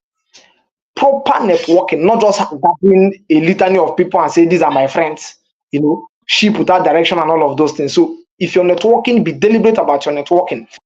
About this, let me give you the power of networking. Someone posted a flyer of this event. Someone that knows me posted a flyer of this particular webinar we are speaking on right now on Facebook last week. And one of the anchors of Healing TV, the one owned by Christ Embassy, Healing TV in Lagos, all right, the studios in Lagos, saw that flyer. And he had met me 9 years ago, but we have not been in touch. We met him 9 years ago during one of our international travels. So we haven't been in touch for 9 years. I didn't even know he's still in Nigeria or he's working in Lagos and all of that. He saw the flyer and he started trying to contact me. Eventually, yesterday, they had me in their studio in Lagos on the Healing TV show, on what they call Morning Dew. That's how powerful somebody that knows another person can link up these things and putting it in our colloquial language, all right, in the way we can understand it. Networking is a big deal. You can't go global without people. And let me say this: money, money and opportunities lie with people. Money and opportunities lie with people. If you do not network with the right kind of people, you will never find the right kind of money in quotes and the right kind of opportunities. So if you want to, play the big boys league, you have to start having the right kind of networks. Let me also create a balance here. Let me create a balance here. When we say networking, it's not necessarily you going to trying to be friends with Shanwolu, Governor Shanwolu's daughter, or trying to be friends with Governor Wifuru's son. That's not the point. Is looking at people who have focus and direction in life, people who are going somewhere at your own space. Because at our levels right now, there are people we may never be able to connect with. At your own level, there are people you may not be able to connect with at the moment. So you start at your own level to start connecting with the right kind of people. The people I call my circle today, we didn't meet today. We met back then on campus and during NYC and some years back. And these persons were just very regular. However, they had focus, they had direction. They were not the regular cruise guys. Today, many of them are well placed. And today I can tell you I have so and so connections, I have so and so links here and there. So take volunteering seriously, take personal development seriously, and take networking seriously. With these three things, anyone can go global, even from your niche or from your small corner in Magodo, in Lafia, or in Abakaliki. Okay, thank you so much for that. Miss Jennifer, you mentioned something about opportunities in your last answer being in climate change, and you also mentioned that you have a business, and you also try to, when you have tried to include sustainability in your business. And I would like to ask you to share a few viable opportunities that can be explored in climate change, like particular opportunities that people can explore. And also, how can a young person in business or somebody that has a business, an entrepreneur, include climate action in their business processes? Okay, as someone running a business in Nigeria today, I adopt circular economy model. And circular economy model focuses on reducing waste and maximizing resource efficiency by designing products and processes. So when you are focused on reducing waste, you're focused on minimizing waste because you cannot reduce waste entirely. You are focused on minimizing waste and reducing resource extraction. If you follow this circular economy model, you find out that you are decreasing the carbon footprint and you're also making a substantial contribution to the battle against climate change. Like I mentioned earlier, something as little as changing your packaging materials, something something like checking your policies, your business policies, you adjust them. You can also create awareness and offer educational programs. You can once in a while you try and create awareness through your business, run campaigns and all that. You can also try to join hands. Like the way this program now is a collaboration with Sister Ally and then the APSU SUG Union. You can also, with your business, try and form collaborations with NGOs or any other organizations that are actively combating this climate crisis. So what was the second question you asked to? I asked about viable opportunities. Okay, the variable opportunities in climate is actually interrelated. The opportunities in climate change, we have different opportunities. Like I mentioned, the sustainable urban planning. You can on your own start up a business with urban planning. You plant these good flowers and plants. It's a business model. People do it out there.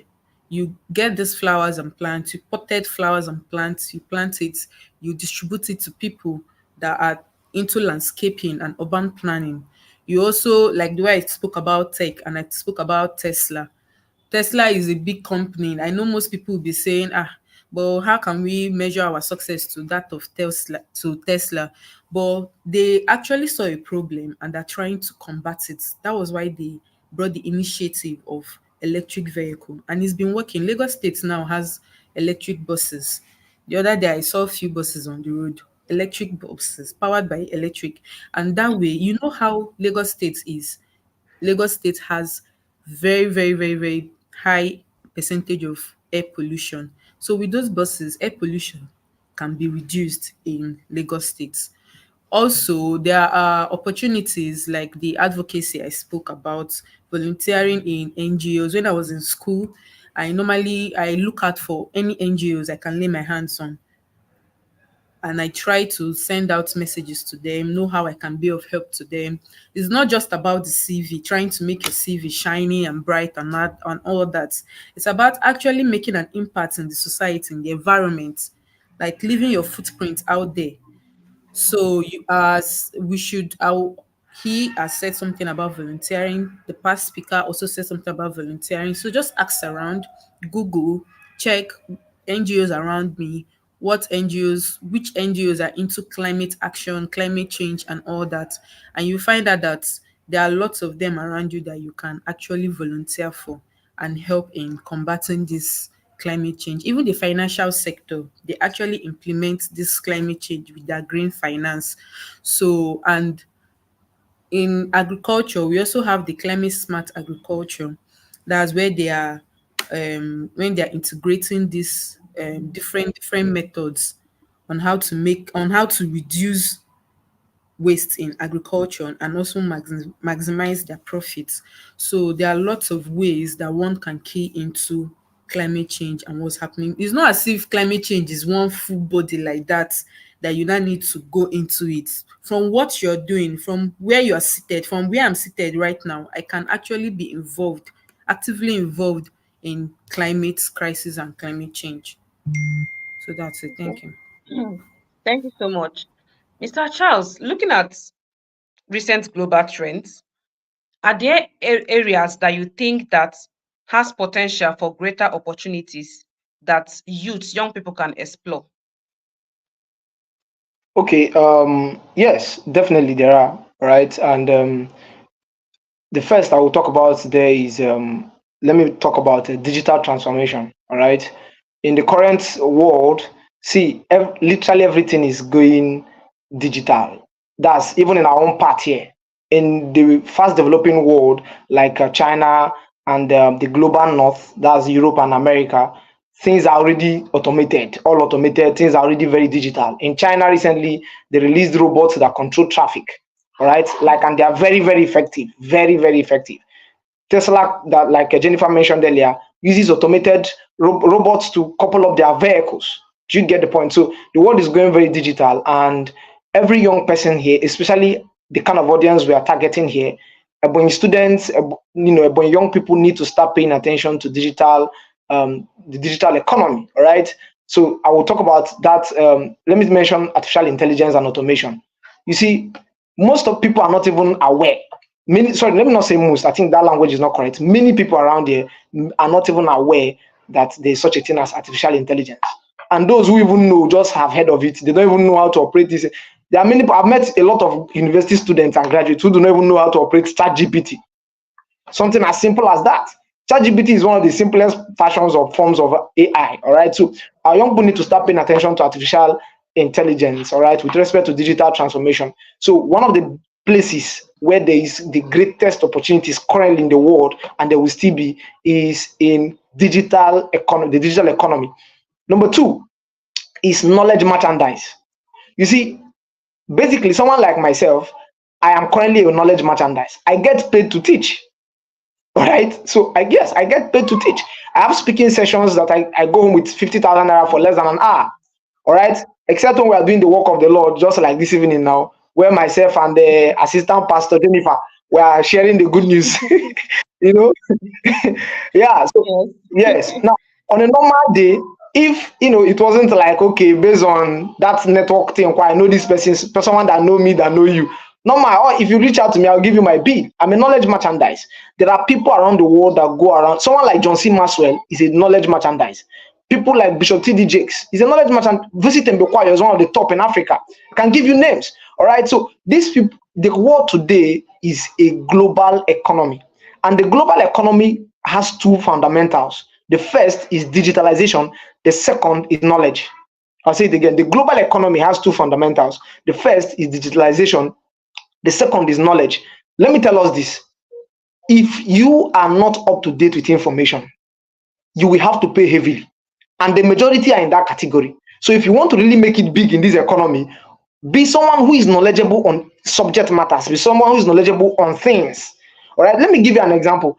Or let me put it this way, rather, an analogy, rather. Every career has the knowledge angle. Every career. The same way, every career has the service angle. All right. So, or rather, the service angle, and part of that servicing is knowledge. So let me give you this example. Someone like Jennifer, who mentioned that she's into business, and I think she mentioned catering. Am I correct? Okay, catering, yes, beautiful. Now, Yes. Jennifer mentioned that she's into catering. She can decide to hold catering courses and charge a lot of money from it. We see what someone like Hidabasi does. Do you understand? So that's you monetizing the knowledge you have, not just producing a product. All right, not just serving people the food or the small chops and all of those, whatever, the drinks and all of that. By the way, when I stop by in Lagos, Jennifer, I will be coming for a treat. All right, in the name of Sister Alive Foundation. So, Anytime, any day. all right, so We endorse now, it. all right, so you see, the world is a global economy today, and the global economy has two fundamentals. I believe strongly. One is digitalization. Number two is knowledge. So go digital. Learn a skill that is digitally inclined. That is very, very digital. All right. Today, you see people learning skills that are not lucrative, that will not be lucrative in the next 5, 10 years, even if they are lucrative now. That means you are out of date. I don't go learning skills that will not serve me in the next 2 years, the next 3 years. So if you're a graphics designer, make sure you are getting in touch with AI tools that can enhance your graphics designing skill. All right. If you're into data analytics, if you're into video editing and all of those things, make sure you are getting acquainted with artificial intelligence, because very soon there are systems that are putting up in place now that will knock out these traditional skills that we used to know of before. All right. Now, the third aspect I'll give you that is opportunity that is global is the aspect of communication. All right. See, let me tell you this: the best leaders, the greatest leaders, the greatest revolutionists, abolitionists, mention it, the best business people in the world today and throughout history were great communicators. You saw the other speaker at that time. You saw Jennifer. You see Jennifer now speaking so effectively. And of course, I don't need to introduce myself. You see, you are at your best when you are effective at communication. So I want to beg our young people. I'm using that word beg deliberately. It be like say we too they like begging. So let me put in the beg. All right. I want to beg, not advice. It's beg. See, learn communication. Invest in communication. All right. Pay for public speaking training. Practice it, and all of that. So these are the areas I want to mention. Then let me say this, if I have a minute to more on this to answer this question. If you can lend me a minute more. See, while we are talking about going global, let's not forget that you first build capacity in the wilderness before you go to the city center. The last speaker during the earlier session spoke about it, but I want to reiterate it. A lot of us, see, I grew up in Nasarawa, and a part of Nasarawa that is not so like Lagos or Abuja and all of those places. Currently, I live in Abakaliki. All right. But then you see, I have access to opportunities in places and with people that even some persons in Lagos and all of those places may not even be able to access. Do you know why? While I was in Nasarawa, while I'm in Abakaliki, I'm building competencies, I'm building capacity. All right. So the light. I'm building capacity, I'm building competencies. Do you understand? Now, this is what I mean. Please pay a lot of attention to your wilderness season. You may be in one corner of the state or one corner of the country or all of that. Please stay there and develop capacity that can position you for the global stage. Thank you. Thank you. Just a follow-up question. Talking about positioning yourself for global opportunities, what in your experience working with youth and young people, what is the most predominant factor you would say that keeps people from exploring new sectors, taking bold steps, especially in personal development? Okay, if you ask me for three, I can give you one: uninformed fear. Number two is environment. And number three is poor understanding of how life really works. So those are the three I'll give you. What you asked for one, so I will stay with one. I'll pick one out of the three. And the one I'll pick is poor understanding of how life really works. See, I've in my own findings, I may not be so correct, but I believe I am. I've discovered that a lot of our young people around here have a very, very poor understanding of how life really works. So, and that mind, that state of the mind is what is, informing this apathy towards personal development, this apathy towards exploring better sectors of life. So people think that life is funfair. And that's why I do not like the comedy proliferation in Nigeria. When I say comedy proliferation, I mean this widespread adoption of comedy. Everybody's a comedian and a comedian. Everybody's into comedy. Everybody's consuming comedy every hour, every minute, every second. It's a problem. Life is not fun fair. You won't get by through life by having amusing yourself. All right, we are eventually amusing ourselves to death. We are amusing ourselves to irrelevance, to poverty.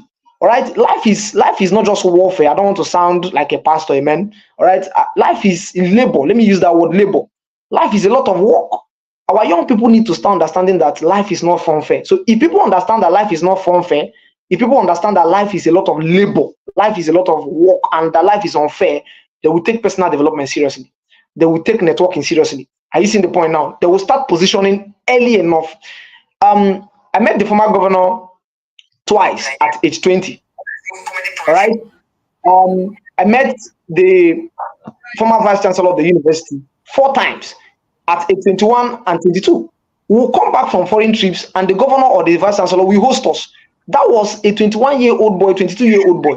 People at that age, people at 21, people at 22 are busy gallivanting and doing all kinds of things, and they will tell you they are still young. Tell you that I no go kill myself, and this life I can't kill myself. Don't worry, poverty will kill you and your children since you cannot kill yourself now that you are younger. Do you understand? So if our young people really understand how life truly works, and that life is not fun fair, that life is labor and intensive labor, they will take personal development very seriously. So that's one point. But remember, I gave you 3 environments. The kind of people you follow and the kind of people you listen to matters. If you have critical person, see, you can't be around me and you'll be unserious. Or let's see if they cook pot for your village, or drum, not even pot, food drum. Do you understand? If you're around me, you take your life very seriously. Do you get the point? So the kind of people you follow matter a lot to whether you are taking personal development seriously or not. Then your understanding of how life really works. There is no time for cruise as far as I'm concerned. That does not mean I don't go for breaks, I don't go for vacation, or I enjoy comedy. But then it's not like an every time thing for me. Thank you. Okay, thank you so much. We are kind of rounding up. Miss Jennifer would like to know, based on your own experience, what are some of the things you wished you prioritized early in life, and what would you advise your younger self to mostly focus on? I'll advise the younger Jennifer and other younger generations out there that are watching or listening to this, that in whatever you do, wherever you find yourself, in whatever situation you find yourself, make sure you are knowledgeable. Make sure you're hungry for knowledge. It doesn't matter if you went to school or you didn't go to school. It doesn't matter if jam disappointed you. It doesn't matter in whatever situation that might come up. Just make sure that you have knowledge, like you are hungry for knowledge. You are going out there, you are browsing, you are checking for different things. It might not be basically about climate change like I'm saying today, but just make sure that in all you do in life, just make sure you're asking the right questions and you're searching for the right things. Like when I was in school, I told you, I normally search for organization. Now I'm a team member with Green Environment and Climate Change Initiative, and here I am speaking on behalf of Geshe. Tomorrow I might be somewhere else doing something else. So there's no limitations in life. So what I would tell the younger generations out there is to make sure that in all you do in this life, make sure that you have knowledge, because knowledge is power. Whoever that has information has power. So just make sure that you are doing your very best to be following the trend. And when I say following the trend, I don't mean following social media trend necessarily like that. You are in Nigeria, you should be able to know what's happening in Russia. You should be able to know, okay, this conference of parties that just happened last year or beginning of this year, last year. Most people don't know what is COP, and that's fine. But now you see that it's trending. Most people saw head of COP when Toke Makinwa was intertwined with the controversy of her going to Dubai. And it's fine if you don't know it as of that time. You open your phone, you browse what is COP, how How are Nigerians sending representatives for COP? What is the importance of COP in our economy? Something as little as that, you get knowledge from different places. So when you see controversies happening on social media, learn from everything. Learn from everything. And for what I regret most, and they say you can't keep on crying over spilled milk. I'm here today. I'm happy where I am today. And I've learned from my previous mistakes that must have happened. I can't remember anyone honestly, but I'm sure I've learned from all my life experiences. But all I will just keep saying is make sure that you have knowledge.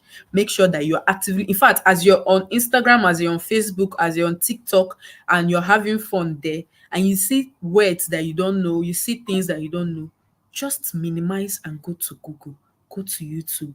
That way you just find out that you are informed. When peradventure you now go to a place whereby you are seated with people in high places, you'll be able to talk, you'll be able to represent yourself with confidence, you'll be able to bring something to the table, and you'll not be seated there like an artwork. And that people meet people, like Mr. Charles said. From networking, you can meet your biggest helper in your career. From networking, you can even meet your soulmates. From networking, you can meet someone that will change your life forever. So I would just say you can't just go to the table unprepared. Bring something to the table and let that something be your knowledge and your zeal to learn. Most people will want to restrict themselves to one aspect of life. Maybe if they are doing, like Mr. Charles now is an anatomy graduate, but he's not teaching us anything about intestines and kidney here. He's actually talking to us, and what he's saying is making sense. So you don't restrict yourself to just one part of your life and all that, and you say, this is enough for me. I know you don't be contented with knowledge. Just have the zeal to get more, and life will be more easier. Thank you. Okay, thank you so much. Please start dropping your questions. If you have any questions for our speakers, this is the right time to drop your question in the comment section and we'll read it out. Mr. Charles, before we go over to the questions, we would like you to share, based on your own experience, what are some of the things you wish you prioritized early in life and what you would advise your younger self to mostly focus on? Okay, so I would advise my younger self to focus on three things. Number one, again, personal development. But then I have a tick on that one. So why I'm saying this is in case if you're out there and you're a younger version or you're a younger person, please, number one, focus on personal development. All right. This is not time to have. In my first year on campus, I had 12 friends, 7 friends rather. By first semester year two, when after they served me breakfast, I took my life seriously. I left all. I became only myself, only me and myself, and that's how my life started becoming serious. So this is not the time to start following a group of group of people like a political whatever. This is time to focus on yourself, personal development. I'm not saying don't keep friends or don't, but then focus on personal development. I have a tick on that, thankfully. Number two is leadership, and I also have a tick on that. I was fellowship president on campus. All right. Yes, I had, my campus days was one of the best things that happened to me in life. All right. I was a lot of things on campus. I was debating. I was fellowship head. I was into a lot of leadership, so I learned a lot, and that's one of the areas where I built capacity, or part of the areas from which I built capacity and competencies that are helping me today. Number three, which is where I do not have a tick, all right, for my younger self, is lucrative skills. So if I were to go back 10 years from now or 15 years from now, I will focus a lot on learning very, very lucrative skills. 10 years, 15 years ago, there are some people, if you see people pressing laptops and they're learning some kind of digital skills, you're looking at them like, are they okay? And our parents were not making matters easier or funny. They tell you, focus on your book, read only book. Nah, go so don't do any other thing. I will not listen to that advice. I cannot give my children that kind of advice. Do you understand? Yes, make good grades. I made good grades myself. Make good grades, but then learn very lucrative skills. See, I've got an opportunity that would have made me millions in days or even weeks, but I didn't have the particular skill that was required for that. And I'm talking about digital skills, all right? You can be studying medicine and still be a graphic designer. I know graphic designers that collect $1 million, that charge $1 million, and you think it's a joke. They don't work for sapalized clients. They work for big clients. Do you understand? I know data analytics that only work with government. that share all this data you see on the government website and all of those things. That prepare the data you see on infographics. They call them infographers. So you can learn infographics, you can learn data analytics, you can learn video editing and work for a campaign organization with government and or politicians and earn a lot of money, or even big businesses. Let me give you an example. There's a graphic designer. There are graphic designers and there are graphic designers. There are drivers and there are drivers. All right. Someone is driving Peace Mass Transit bus from Lagos Oshodi to Enugu here, and there's another person who is driving Shangolu, Governor Shangolu. Both of them are drivers, but there's driver and there's driver. So that driver is living heaven on earth. Do you understand? He's going to places, earning millions a month. His family is living large. Do you get the point? So there are drivers and there are drivers, and there is a reason why that one is driving Governor Shangolu or Governor Ifeanyi Mbapitamba, and there's a reason why the other one is driving Peace Mass Transit. Is capacity. Is capacity, networking, personal development. All right. So if I were to go back 10 years from now or 15 years from now, I will pay a lot of attention on learning critical skills that I believe are in tandem with where I'm going in life. And then let me zip it with this. You see, don't just go out there learning any skill. I'm not a video editor. I don't know how to edit video, and I'm not going to learn. Ho-ha. Do you understand? Let me use our local this thing. Ho-ha. I won't learn. I will not learn how to repair phone. Those are skills. So people need to really prioritize based on where they are going in life. You don't just wake up and say, okay, they said learn skill, or they said personal, develop yourself. Then you go and start learning everything.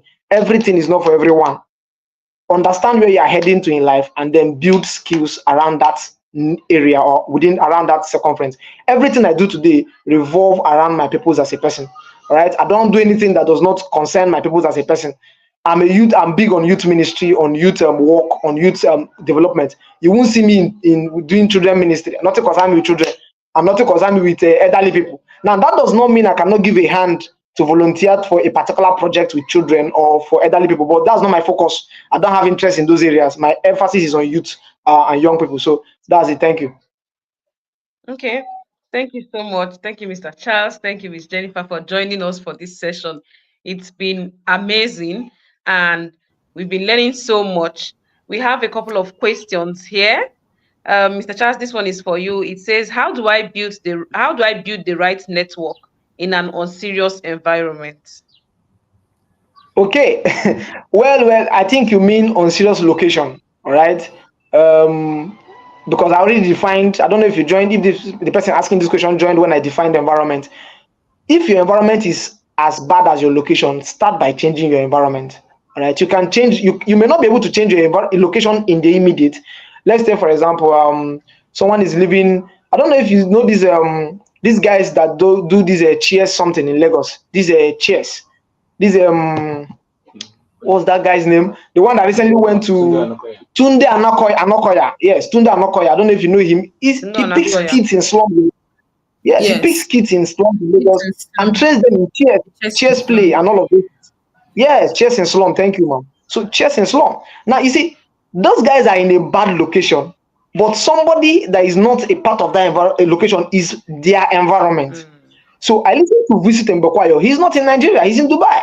I listen to someone like John Obidi, who is in Dubai. I listen to people like Obama, who are in America. I listen to TD Jakes and all of those things. So start by changing your environment. All right. I listen to Strive Masiyiwa. I want to recommend to everybody, follow Strive Masiyiwa. He's on Facebook. He's a Zimbabwean billionaire, one of the best minds ever in Africa. Strive Masiyiwa. He's a crazily rich man, and he loves God a lot. So I like how he balances, faith and, seeing a billionaire, you have excess money and, you balance it with morality and all of those things. Follow Strive Masiyiwa. You will learn a lot. He teaches a lot on artificial intelligence, on business. Yes, on business. He shares his issues with, fellow corporations and all of those things. So change your environment. That's the first thing I'll tell you. Change your environment. So change the kind of people you listen to, the kind of content you feed on. All right. Now, how do you network in an unserious location? Once you change your environment, do you know what it will do to you? It will change your perspective, your lens. And once your perspective changes, you begin to find that there are actually people, the kind of people you need are in your location, just that you are not seeing them. I don't know if I said it in a way that you got it. Let me say it. There are kind of people you need. Hello, can you hear me? Yes, we can hear you. All right, good. So the kind of people you need, some of them may actually be in your location, but you're not seeing them or you're not meeting them because of your perspective, the kind of places you go to. There are people you can never meet in clubs. There are people you will not meet in birthday parties, some childish birthday parties, or some school bonfire nights. There are people you won't meet there. Like me, you won't find me in such places.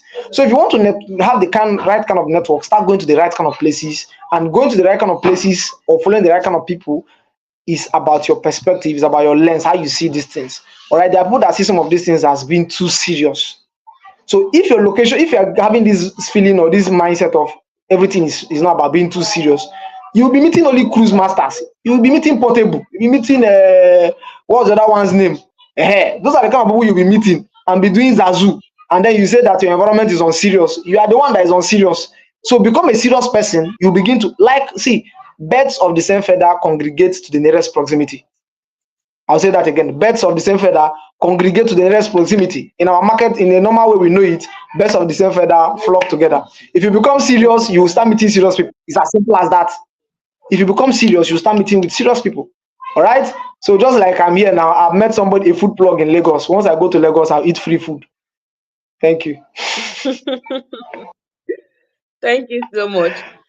This person is asking, based on networking and your friends being able to be resourceful to you and to them, resourceful here, is it just in monetary terms? No, not at all, please. Not at all. All right, if you can hear me, not at all. In fact, money is one of the last things. You will Yes, be bad at networking if you will be very bad at networking, or you'll be unproductive rather at networking if you're always about the money. I have friends today that I've never asked for money in my life, and I may not ask them anytime soon. Let me put it this way: the thing about money and network and friends, or with or your contacts, is this: it's more like a lifeline bullet. A lifeline bullet. Money with friends is like a lifeline bullet. Do not ask for money from your network unless it is a matter of life and death. Because once you start fronting about asking for school fees, asking for rent with your network, not necessarily your family and your bosom friends now, I mean like your people are networking. Imagine you chat me up, and the first thing you're doing is, okay, sir, please, I'm broke with school fees. The first thing I'll tell myself is, they have come again. I wouldn't want to allow you access. Do you understand? Yes, and that's how it is with every other person. If somebody walks up to you on the road and the person is like, "Please now, my left eye just shifted to the frontal occipital," you won't listen to the person, because it's not, how is it my business, even if your nose shifts to your forehead. Do you understand? All right. So leave money as the last bullet, as a lifeline bullet. So how do you? What's the thing about your friends and your networking and yourself? Number one is access. Pay attention to access. I have people that what they serve me is giving me access to other people. I see the thing about networking. So I have a friend or group of friends who what they serve me is helping me access other people that I really need to get to. Then the second thing is pay attention to knowledge and information.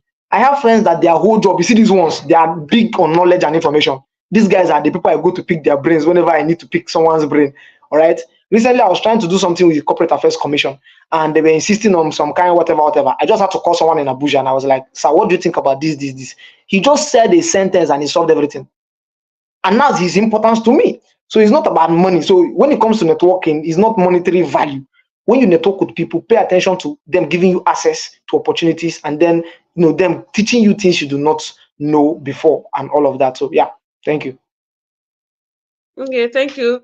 Miss Jennifer, I don't know if you'd like to take this question. It's not really on climate change, but yeah. So the question, how can I build lucrative skills as a person with multiple interests and ability? Okay, it's very common amongst Nigerian youths because of how the country and the economic breakdown meltdown is. You see one person being CEOs of five companies, or being actively involved in five different things. You might be into tailoring, you might be into baking, you might also be a teacher just to make ends meet. And that's fine. You don't need to be too hard on yourself. But I think it depends on the level you are. Are you still a student? Are you out of school? As a student, I would say you should just sit down and look at the opportunities around you. Which one? There has to be one or two that you're very good Yeah. at. There has to be one that even with your eyes closed, you can be able to do it. You can be able to talk about it. So I think you should channel your energy into that. And you cannot be jack of all trades. Uh, Nigeria has made us jack of all trades, but realistically speaking, you can't be jack of all trades because your energy, your time, your resources will be spread out into these multiple things you're doing, and you find out that none of them is growing as they should. So what you should do is sit down, bring everything out, and check yourself, and you would definitely find the one you're very good at. So channel your energy, your resources, and your time to it, and before you know what's happening, it's okay. So as a student, I would say you should, any opportunity you see, just go for it, don't choose. Then when you've gotten all those things, then you can now start choosing and asking yourself, like, when it's just a very good example is, as a student or a recent graduate, you're going for scholarship. You will not be choosing schools. You'll be spreading your wings out there, achieving that different scholarships out there. You'll be applying because you're looking for something. So when you finally find one or two that accept you, you will now ask yourself, which one should I go for? Should I go for this or should I go for that? The same thing with our life skills. So it is fine you have 5 skills that you are going with, but the truth is that if you don't have external help, if you don't have helping hands, if you don't have board of directors, people that are willing to take over some from you to assist you, you end up doing nothing. You might have nothing at the end of the day. So just check yourself and you find one or two that you can extend and expand. Okay. Thank you so much for that response. Mr. Charles, one more question just before we go. We are clearly out of time. This question says, can I learn a skill based on what I love? Like, for example, I love music. Can I learn music production? Okay, that's a beautiful question, and it's very relatable. Now, this is my feedback on that. All right, you can, and you also can't. So when can you? So the question, the big deal here is knowing when you can and knowing when you cannot.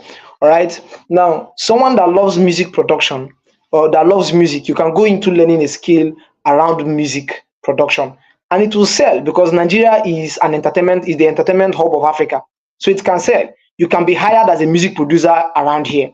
All right. So you see, for that example, that question he asked, it flies there. That one flies. But then there are certain passion you may have that may not serve in the Nigerian context, that may not employ you in the Nigerian context. So you must be conscious of our Nigerian realities while trying to pursue your passion as a person. So while it's important that you follow your passion, please pay attention to what is lucrative, something that you can earn from in the immediate. All right.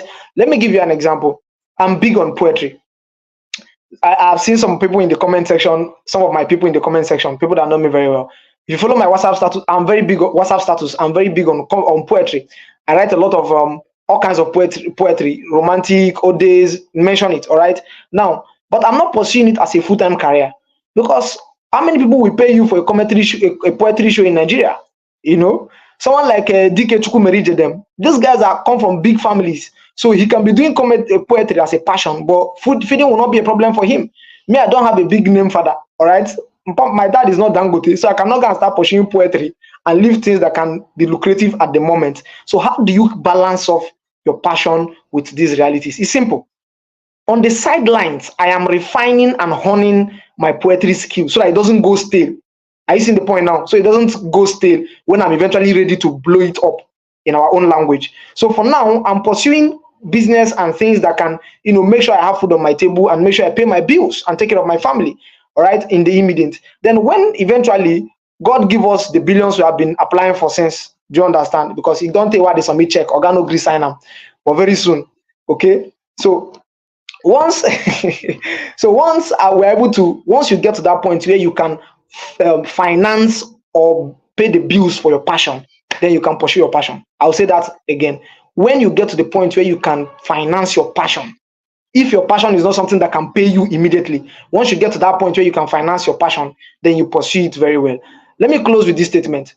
DJ Kopi, the first daughter of Femi Otedola, who is one of the richest men in Nigeria and in Africa, is into music. She's a DJ.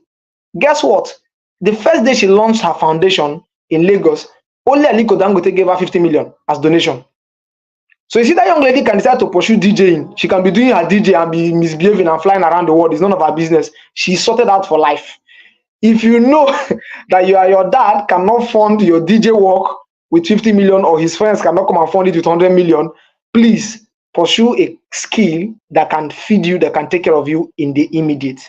All right. Then when you can when you can finance your passion, then you can go back to that passion and fund it very, very well. Thank you. Thank you so much. Thank you so much. Thank you, Jennifer. Thank you, Charles, for joining us for these sessions. We have a lot of Thank amazing you. comments coming in. We have a lot of them. Thank you so much, Miss Jennifer. I love the response. It was an amazing experience. Thanks to our speakers. Thank you so much to our speakers. It was an amazing and life-changing session. God bless you immensely. So we just want to thank you for making out time, because it's not easy. Like Mr. Charles said, this is one of the charity works. It's not easy just dedicating your time to come and speak to other young people and share the information and knowledge that you have acquired all the years. We really appreciate your presence, and we hope that whenever we call you again, you will answer. Thank you so much. Thank you.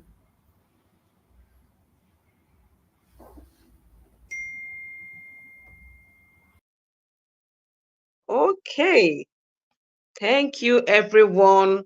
I can see your comments. Blossom has been the most active. I see her comments. I see her questions. Esimone Miracle, well done. Jidex, Chiamaka, thank you so much. Thank you for joining in. We're not going to, before we close for today, the end of this webinar, the SCG president will be joining us briefly to address the students. I'm going to add him to the stage. Good evening, Mr. President. Yeah, good evening. Yes, it's good to have you here. Yeah, thank you so much. I've been paying attention to the program going on, and I've really enjoyed myself. Can you hear me? Yes, we can hear you. All right. Once again, my name is Tobias Oshim, the SUG president of Ebonyi State University. I want to, first of all, thank the organizers of the program, and I really wish this program is a physical program and possibly on campus because with the level of powerful information I've gotten from the guest speakers, I feel so empowered. So I wish all my students are here to benefit from this particular program. Um, Mr. Charles talked about personal development. In fact, I'm feeling like there's nothing I need to add to whatever thing they've said. And Jennifer talked about that also. So the whole program was so enjoyable and I benefited a lot. Then for my students here, I don't know if they are here, but the greatest Nigerian students, I believe Great. they are Some of them are responding. here. Yes. Good, good. Um, First of all, I'm your leader and someone that is born out of personal development. I'm a medical student, final year medical student in Ebonyi State University. And before then, in my year one, I started my company and started, in fact, that was the year I registered my company because I believe what we do get in school nowadays is not actually what we need in life. But because of the system we are, going to university is just a gateway to where you want to go. So while you spend your time on campus, try as much as you can to develop yourself because that is what will determine 80 to 90% of who you will become. The certificate is just there for the sake of societal qualification, but it may not contribute a lot to your life. So don't waste your time on campus. Maximize your time on campus. The best time to actually find a thing to hold on to is when you are on campus. And if you waste all your time on campus, you come out to realize that your parents will soon stop giving you money. Why I started my 100 level, I started making my money. In fact, I empowered myself to become the SCG president. No politician sponsored my election or anything like that. And it's because I started making money. And I didn't come from a well-to-do family to say that my parents sponsored me to become. So I believe by the time you develop yourself in skill, you develop yourself in communication and any other aspect you have interest. While you do that, you focus. Mr. Charles talked about, okay, it was a question to Jennifer, having a lot of skills, having to learn a lot of skills. that is of your interest. And then at the end of the day, you become jack of all trade and master of none. I think this current society only rewards people that are specialties. And social media has made it so easier for young people nowadays to become millionaires without having to be satisfied by university. So do well to pay attention on personal development, acquire skill if you can, and while you're in school, please remain a good student. Don't waste your time. While you enjoy your campus life, please know that there is a life after campus, and that is what matters most. Because if you don't pay attention to what will happen after campus, you go back to your parents and still be asking them of money when you are supposed to be bringing something back home. So, my dear fellow students, um, I will intercede on your behalf to know if this program can be brought on campus so that other students will listen to powerful men like Mr. Charles and Her Excellency Jennifer in person.